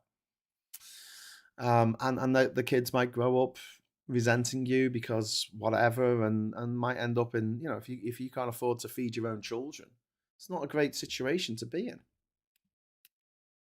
I know it's all very well for these billionaires around the world saying, "Oh, we need more kids. We need more kids." They don't mean we need more kids. They mean we need more white kids, don't they? Let's face facts. That's what they really mean. Okay, so we've got other things going on. We've got the immigration asylum bill has passed the second reading. The MPs approved the legislation with 264 votes to 90. Burnham supported the bill. 14 Labour MPs opposed it. The proposals would expand authorised refugee routes while tightening the use of Article 8 family life arguments in immigration appeals. So, it giveth and taketh away. I do like the fact that there are going to be authorised refugee routes. That needs to be done urgently. And we've been going on about that for years on this channel. But restricting the family life arguments in immigration appeals, I mean, That's not great, is it?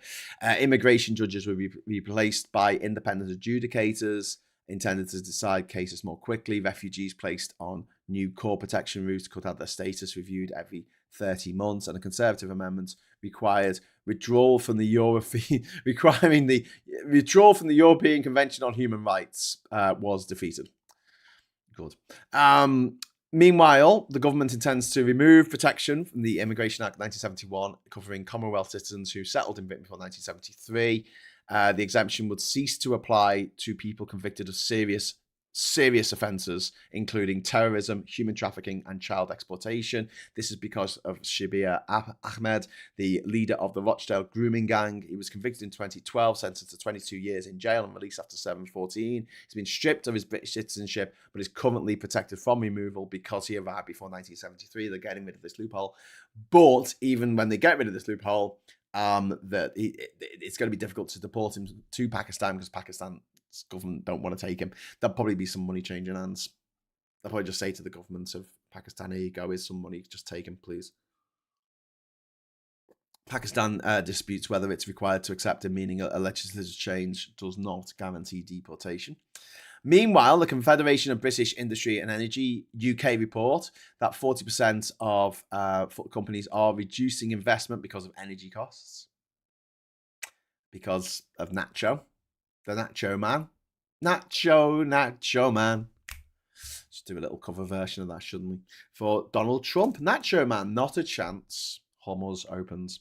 British businesses' electricity prices are calculated to be 45% above the median amongst G7 countries. The reason for that is that we use a lot of gas. Sorry, we don't use a lot of gas.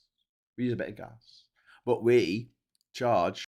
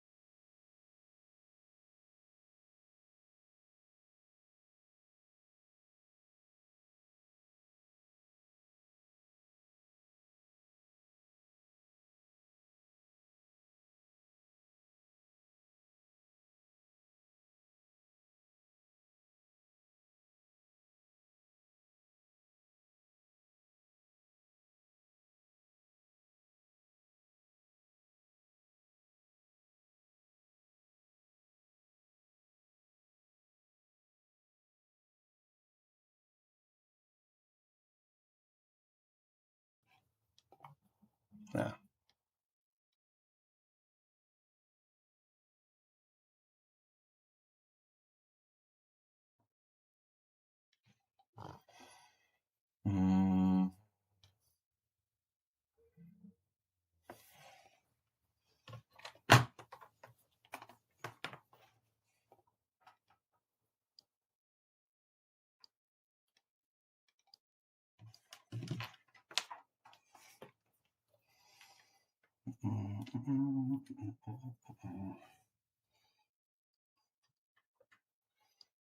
Okay.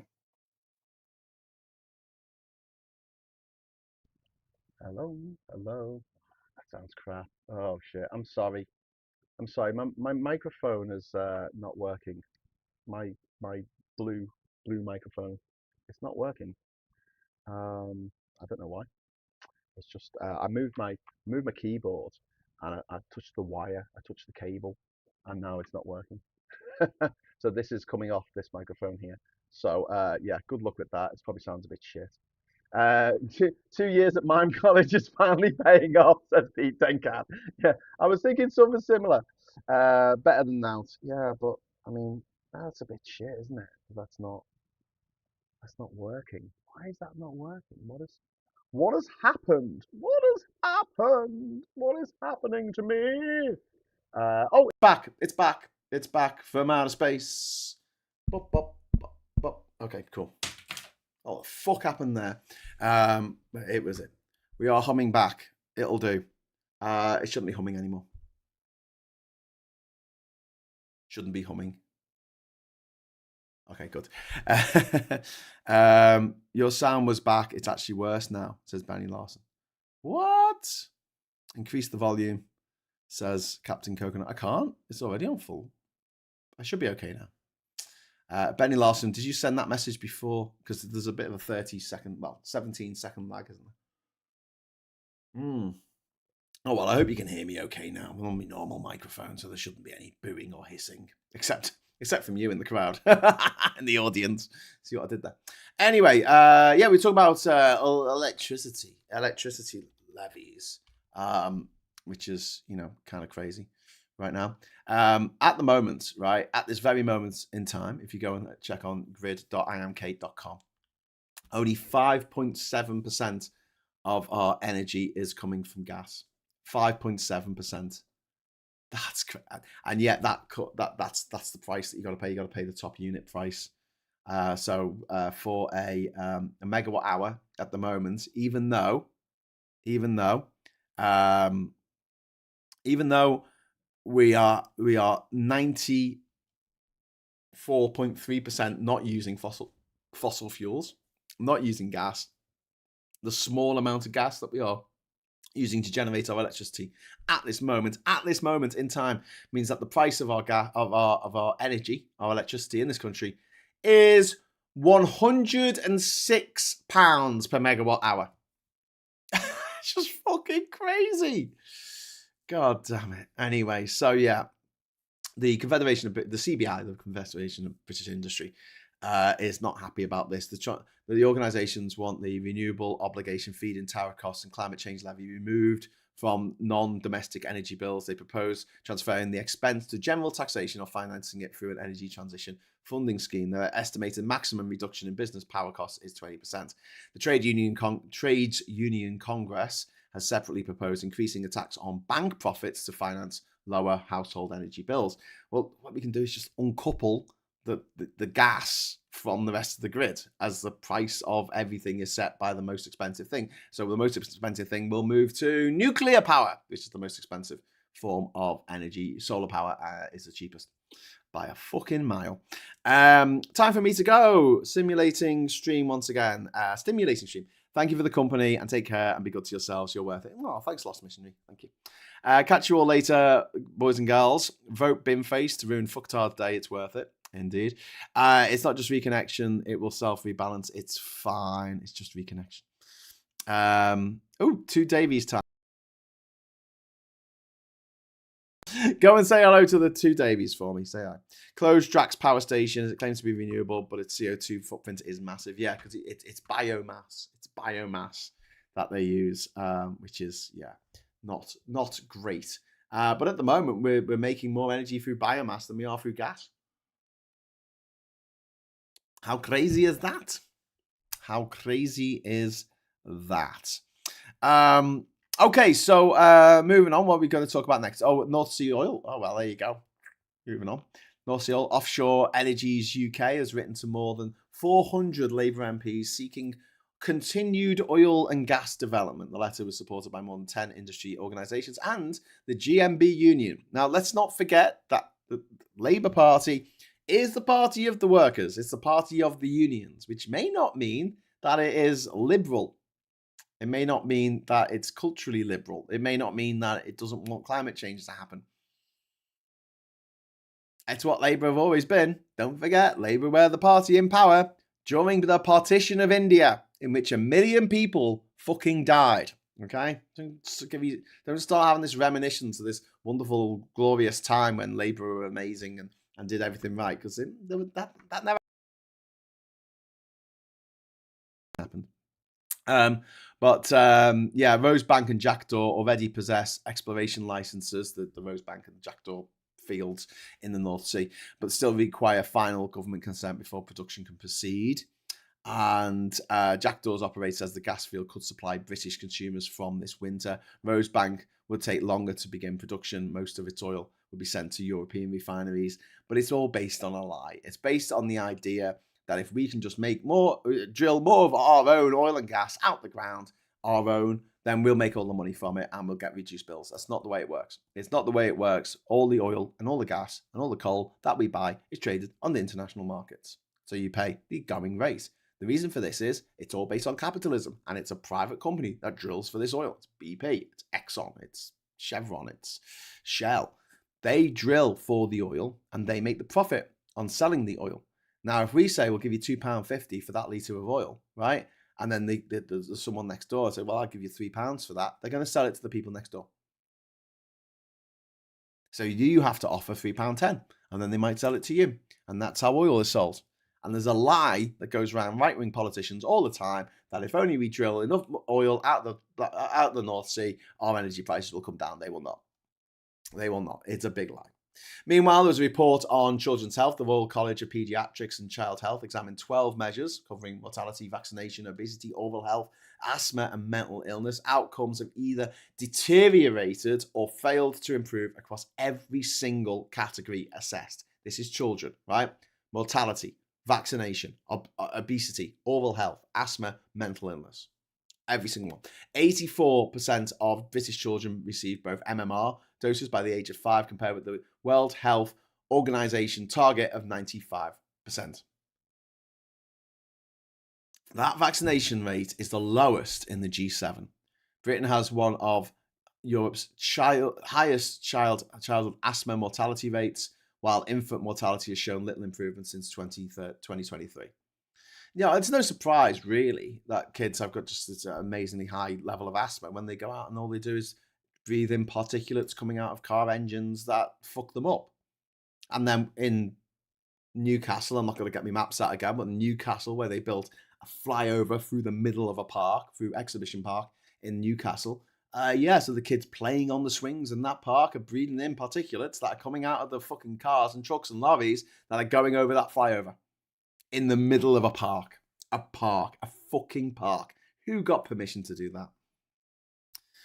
The drilling companies aren't even British companies, says Martin Harrow. Yes, yeah. And we subsidise them, 15 billion a year. Yeah. Pun says, Graham, to cut the legs off fossil fuel lobbyists, we could grant every North Sea oil licence, but we remove all subsidies from production and see how many they want to drill then. Yeah. Benny Larson says, regarding renewable energy, we've not been particularly affected by Trump's, was in the Strait of Hormuz because we have so much wind. Yeah. I mean, if you look at our national grid, it's trucking along quite nice right now, and only 5.7% of that grid is gas. And we also recently moved away from Qatar providing most of our gas, which it was 10 years ago. It was Qatar provided over 50% of our gas. It doesn't anymore. Yeah. Fucking crazy. Yeah.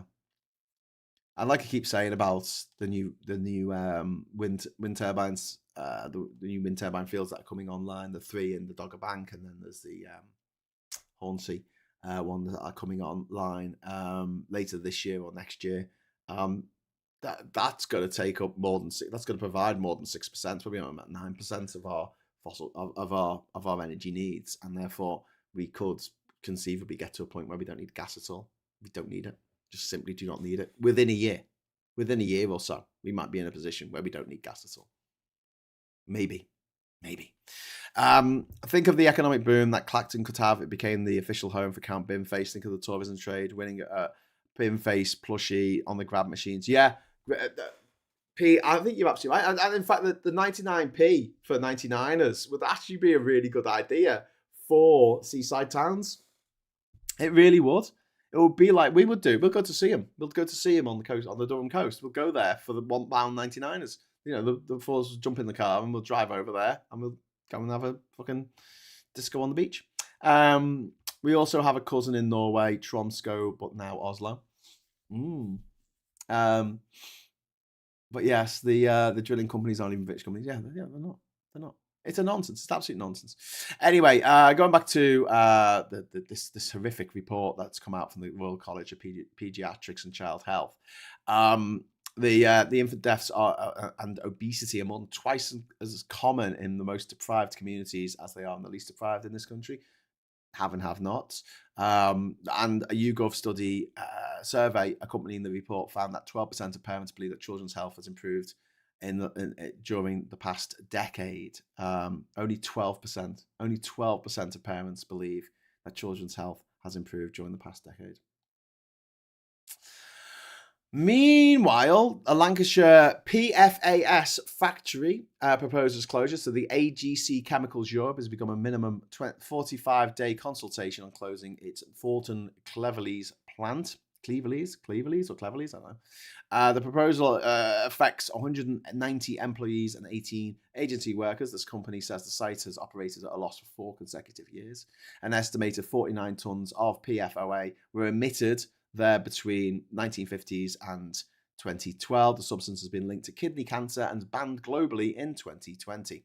Soil contamination has led authorities to close 2 allotments and advise residents to wash and peel homegrown produce to avoid locally produced eggs.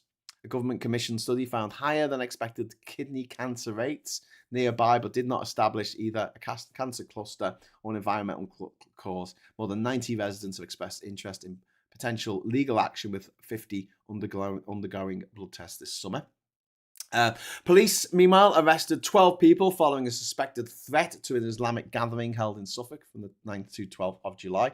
Around 15,000 people attended, and the event continued but closed earlier than planned on Sunday. 8 men remained detained under the Terrorism Act. 3 additional men were arrested on suspicion of conspiracy to murder, while a woman was held on suspicion of assisting an offender. Those arrested are aged between 27 and 60. Searches are taking place in London and surrounding counties, Eastern England and the Manchester area. The national terrorism threat level has been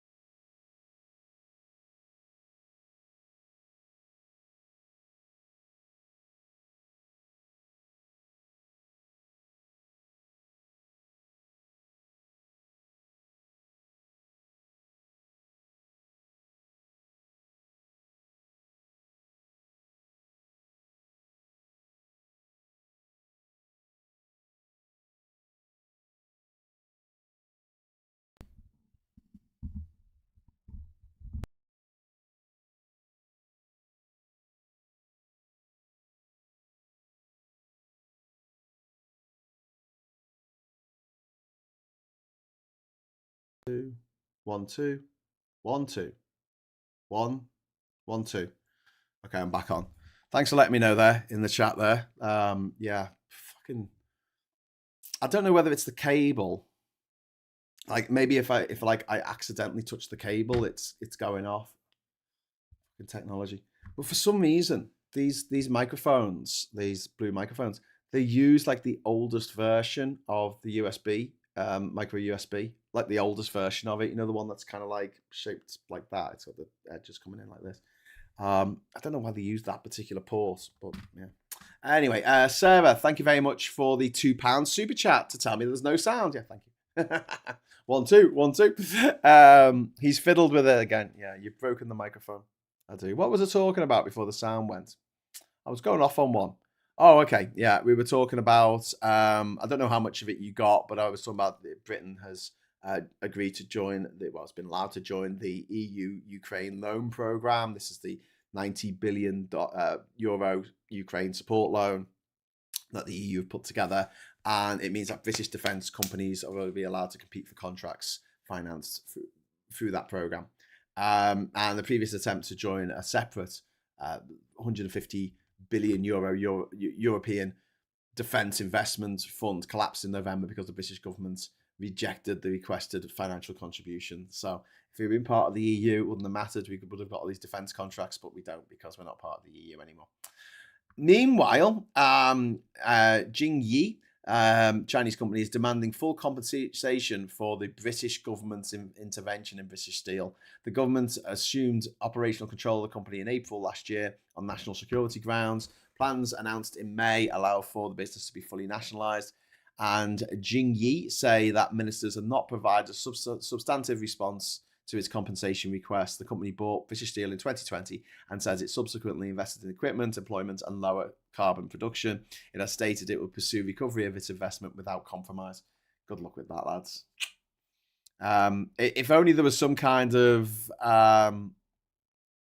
if only there was something like what's it called? It's kind of like a trade organization, like a one that encompassed all the countries, like the world, like a world trade organization. Maybe you could base it, I don't know, like in a neutral country like Switzerland or something. You could base it in Switzerland, in Geneva, and it could be an organization that sets the rules for world trade. That'd be good. Oh no, we're going to get rid of that because the crypto pros don't like it, so Trump has gutted it, and there you go.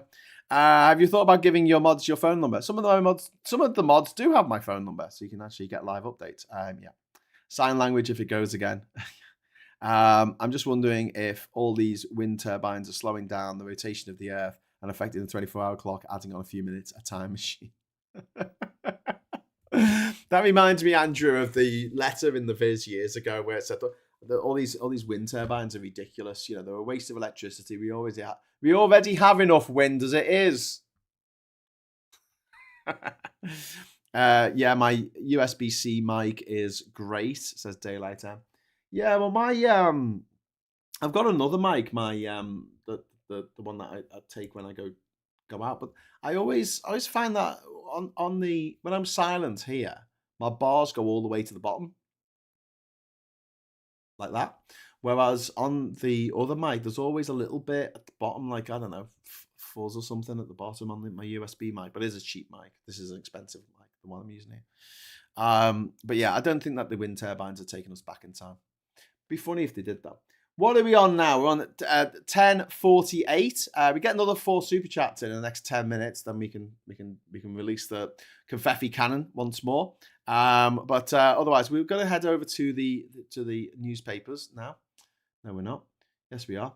No, we're not. Yes, we are. No, we're not. Yes, we are. No, we are. Yay! Got there in the end. Okay, so first of all, we've got everything you need to know about the weight loss pill. This is from the Times. So instead of having a fat jab, you can get a fat pill instead, which sounds great. Islamic Revolutionary Guard Corps banned from operating in the UK. So the IRGC is now going to be on the list as designated as a terrorist organisation that is a threat to national security. It's going to be banned. The group is going to be banned because it's been linked to multiple threats to life and intimidation on the UK soil. In the same way, I think that Putin's lot should be banned as well from the UK as well. His governments are they've plotted murder on in these green and pleasant hills, and they've actually committed them in Salisbury. They murdered a woman called Dawn Sturgis, if you remember.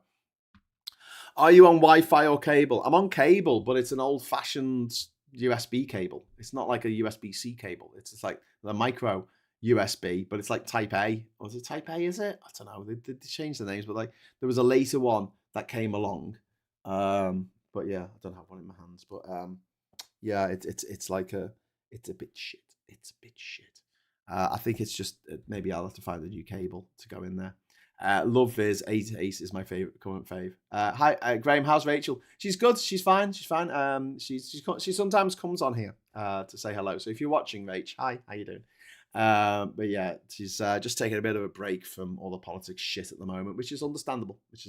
But she's good. She's good. She's dandy. Well, as dandy as can be, considering the shit that she's having to put up with the government being fucking arseholes. But you know, Sarah, you know all about that as well. So it's you know, you do what you can. You do what you can. Whittaker murder case taken over by terror police. Material found at suspect's home led to reappraisal. Multitasking myth is down to tight-lipped men. Women are not better at multitasking than men, but simply appear less rude when doing it, a study suggests. A 10-minute exercise designed to stimulate chaos of modern domesticity was devised by married researchers inspired by their own experiences of combining academic careers with raising 2 children, blah, blah, blah. Apparently, men can multitask just as well as women. They just complain about it more, I think. Or the women, I don't really know what the story is there. And there's Jude Bellingham looking, very hot, cooling down in the pool, which is nice. And here's the close-up of him. Ooh, hello. Jude relaxed, even if no one else is. He's just having a chill in the pool there. We've got Anne Widdecombe murder, in inverted commas. I don't know why it's in inverted commas. Terror probe. Specialist cops lead investigation as CCTV shows suspects arrest. Counter-terrorism. Counter-terror officers have taken over the probe into the death of former MP Anne Widdecombe. Really quite grim. There's... Terror Cops now leading and Death Probe is the front cover of the Express, which is not letting me do its own page. Oh, there you go. It's just taking a minute. We've also got tributes to hero, legend, sweetheart Sam Neill, who passed away at the weekend, unfortunately. What a dude. What an absolute fucking dude, Sam Neill. He will be missed. And Jude Bellingham there, same picture of him chilling out. They must have put this out there for everyone to put out there. There you go. There's only one number 10. Forget politics. Back Jude and the lads. Here we go. The PM's finally put out the bunting for England with one joker saying, Downing Street looks like an abandoned pub. But we've still got a great number 10, Jude Bellingham. Oh, I see. There's only one number 10 because his number in the team is yeah. It looks like an abandoned pub. I don't know. It does look a bit tacky when you put sort of flags out like that, I guess. There's another picture of Jude Bellingham on the front cover of the Daily Telegraph. They all seem to have got the same paper and all decided to print it out onto thousands and thousands and thousands of bits of paper and sent them out around the country. Look at Jude Bellingham in the bath. He's in the bath. Sexy man in the bath. Yeah. Ooh. Micro, mini, and USB-C. Yours is micro. The tongue is easy damage inside them. That's why they went out of fashion. Yeah.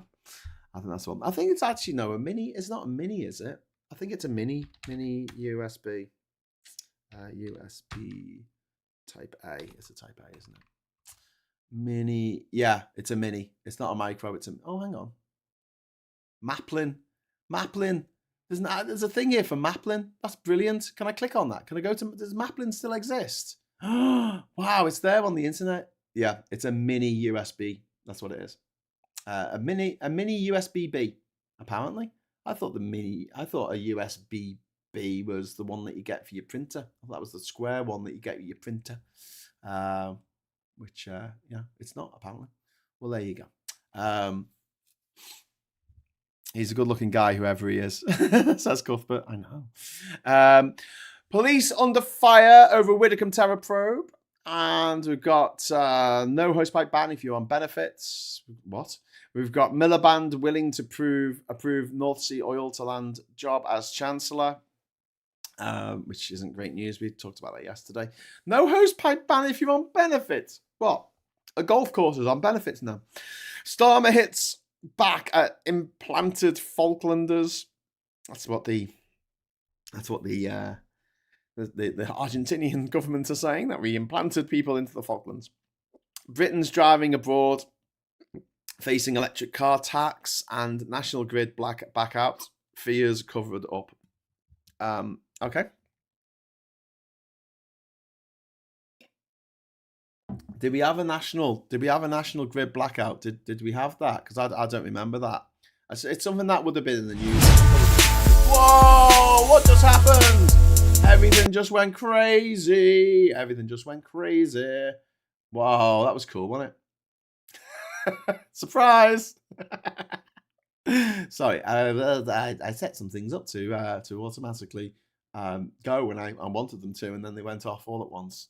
They all went off at once. This doesn't normally happen to me. There was USB before micro. Yeah, that's it. Micro, mini micro. There's mini and then there's micro, which is the newer generation of it. And then there's USB-C. And And then there were some little weird ones for like certain cameras that used a particular type of USB, which is like bespoke. We got binned. I can't multitask much at all. I can barely play guitar and sing at the same time. Taking pizza out the oven while not burning myself seems almost an impossible task. Benny, get yourself one of those pizza things. You know, the big dish at the end of it on a stick. Get one of them. Steal one off a lollipop person. You know what you want to do? Tap a lollipop person on the shoulder, right? And then it's about to let the children across the road and go, look at that. And when they look, take the lollipop and one off, and then you can use that to put the pizza in the oven and don't burn your hands. Give it a wash first, like, because you don't know where it's been. Anyway, where were we? We're going to have a look at the Metro here. Sam Neill, 1947 to 2026. Remembering Sam Neill of Jurassic Park fame and also In the Mouth of Madness. Also, Omen 3 and the Event Horizon, Hunt for the Wilder People, which is probably his best film, I think. Sirens with Hugh Grant. It's a great film. And Tara Fitzgerald and Elle Macpherson. All good stuff. And then we've got the I newspaper here, Diddley I. We've got counter-terror police takeover investigations at Widdicombe. Why England really can win the World Cup. It's gone balmy, my day on call with Mountain Rescue. And then Farage declined taxpayer-funded security calling offer inadequate. Refuck leader turned down state-funded security, including a bodyguard, car and trained driver, as he considered the level of protection to be downgraded and inadequate. The offer would have given Nigel Farage a similar level of security that is provided for Conservative leader Kemi Badenoch and several high-profile cabinet ministers.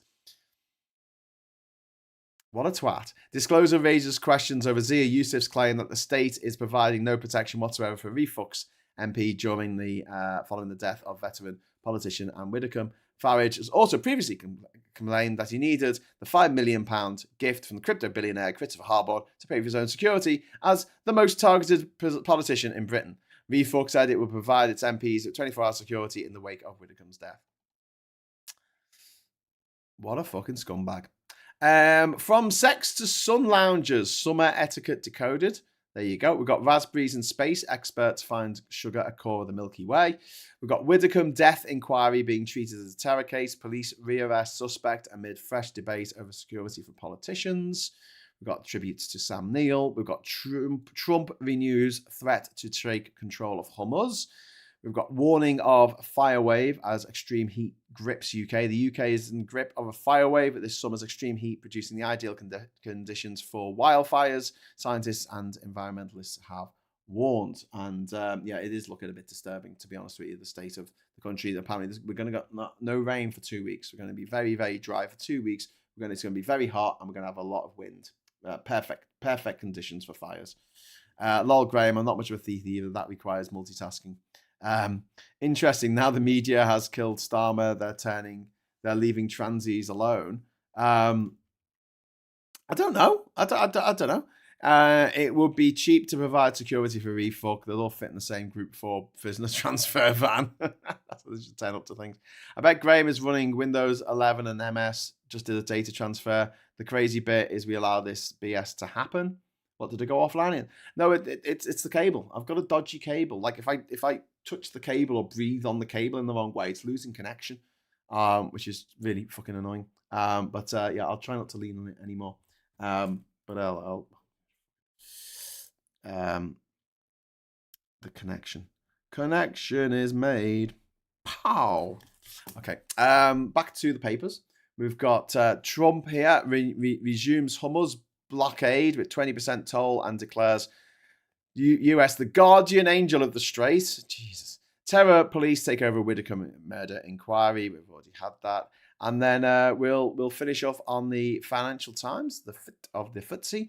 How Trump sidelined America's diplomats. MAGA's agenda for Europe is falling apart. Dubai's DP World planning new East Coast port to bypass Hormuz Strait. Logistic groups in talks. Seismic strategy shift. Site on the Gulf of Oman. Overland routes to neighbours. So we're going to have routes opened up in Oman to get ships out on the other side of of the Hormuz Strait, so that the people in Iran, people running Iran, don't have a chokehold over the world's energy supplies and fertilizer.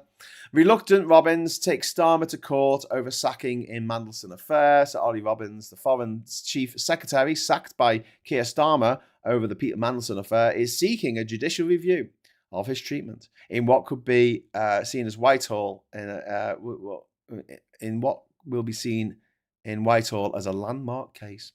Mixed messages from the Bank of England leave markets in a muddle. That's a little story over here. And then the briefing is lawsuit puts $110 billion deal for Warner Brothers in doubt. Widdicombe clues shifted.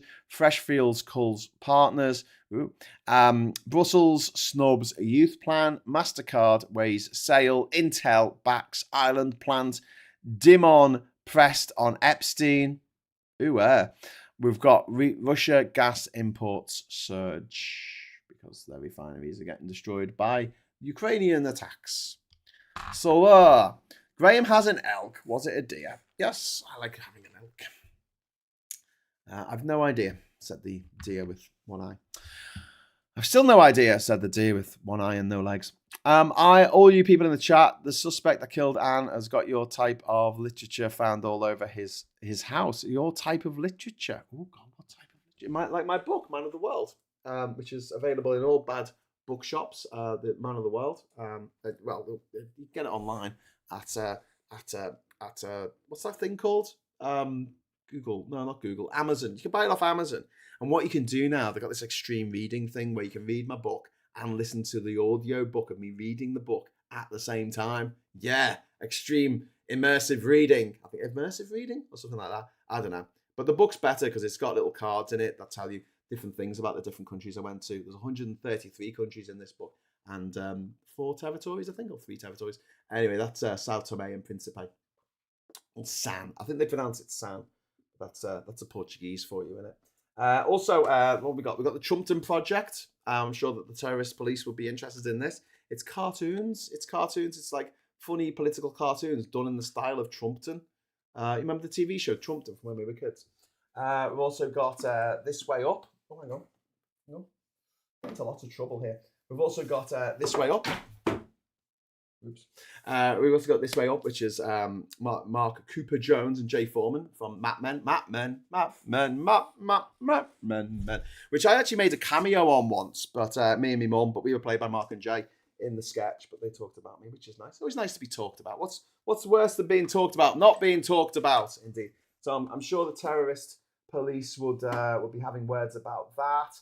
What else have I got? I've got a Life on Our Planet. This is called read from David Attenborough. So that's the sort of thing a terrorist would have, I think. What else could I recommend? I don't know. I've got down here. Drop me fucking book. Can't sell it now.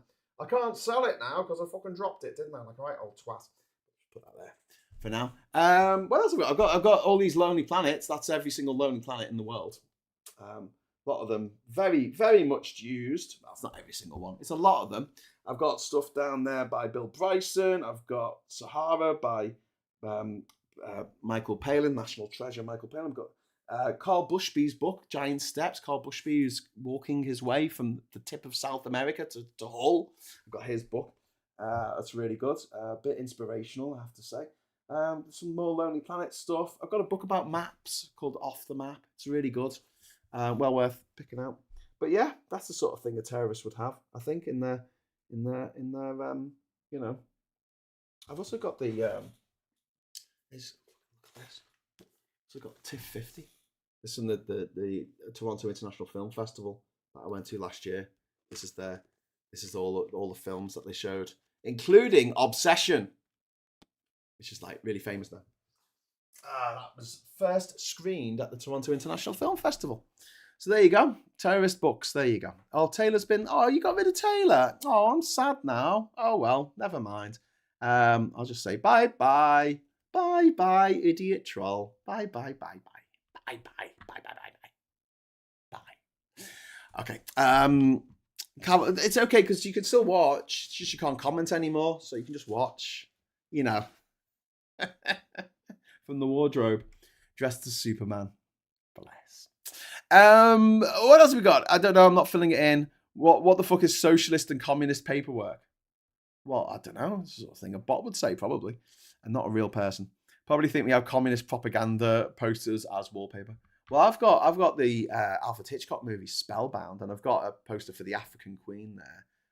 That's John Huston's film, African Queen, with Kate Hepburn and Humphrey Bogart, which is kind of cool. Got some Guinness World Records there, a couple of Guinness World Records for the massive Guinness World Records that are set that no one's bothered, or even tried, or even achieved trying to beat me on, because it's impossible to beat me.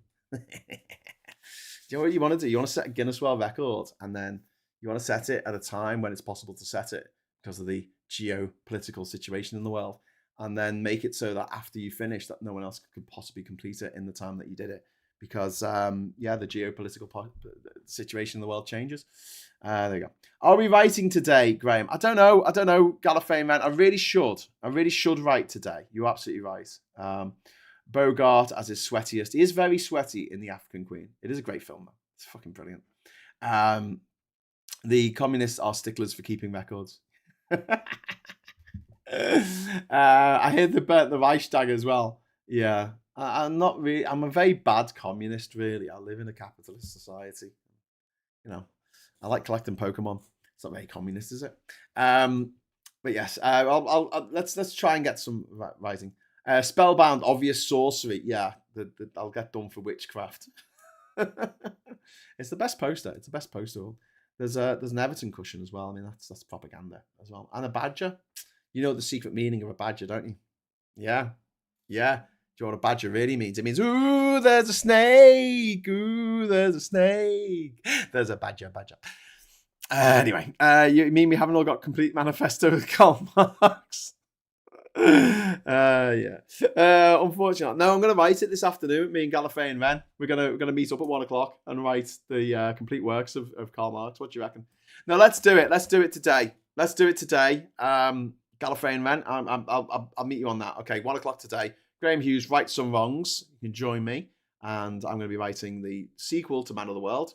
My book. I'm going to be writing Top of the World, about my journey in 2010, which started in Egypt and ended in Papua New Guinea. Well, actually, no, there's a bit more to that. There's a surprise at the end.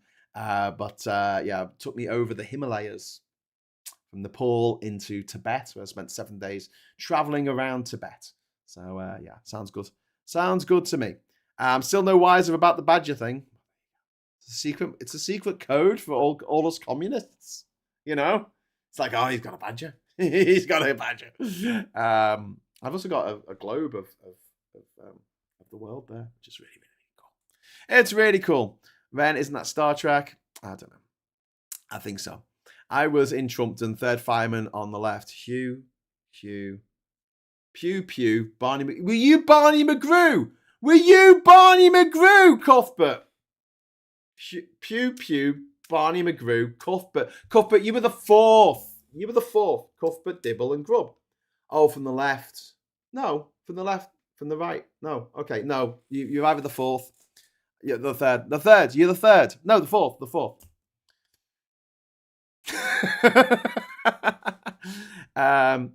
Graham, if you do a biography calling World of the Man.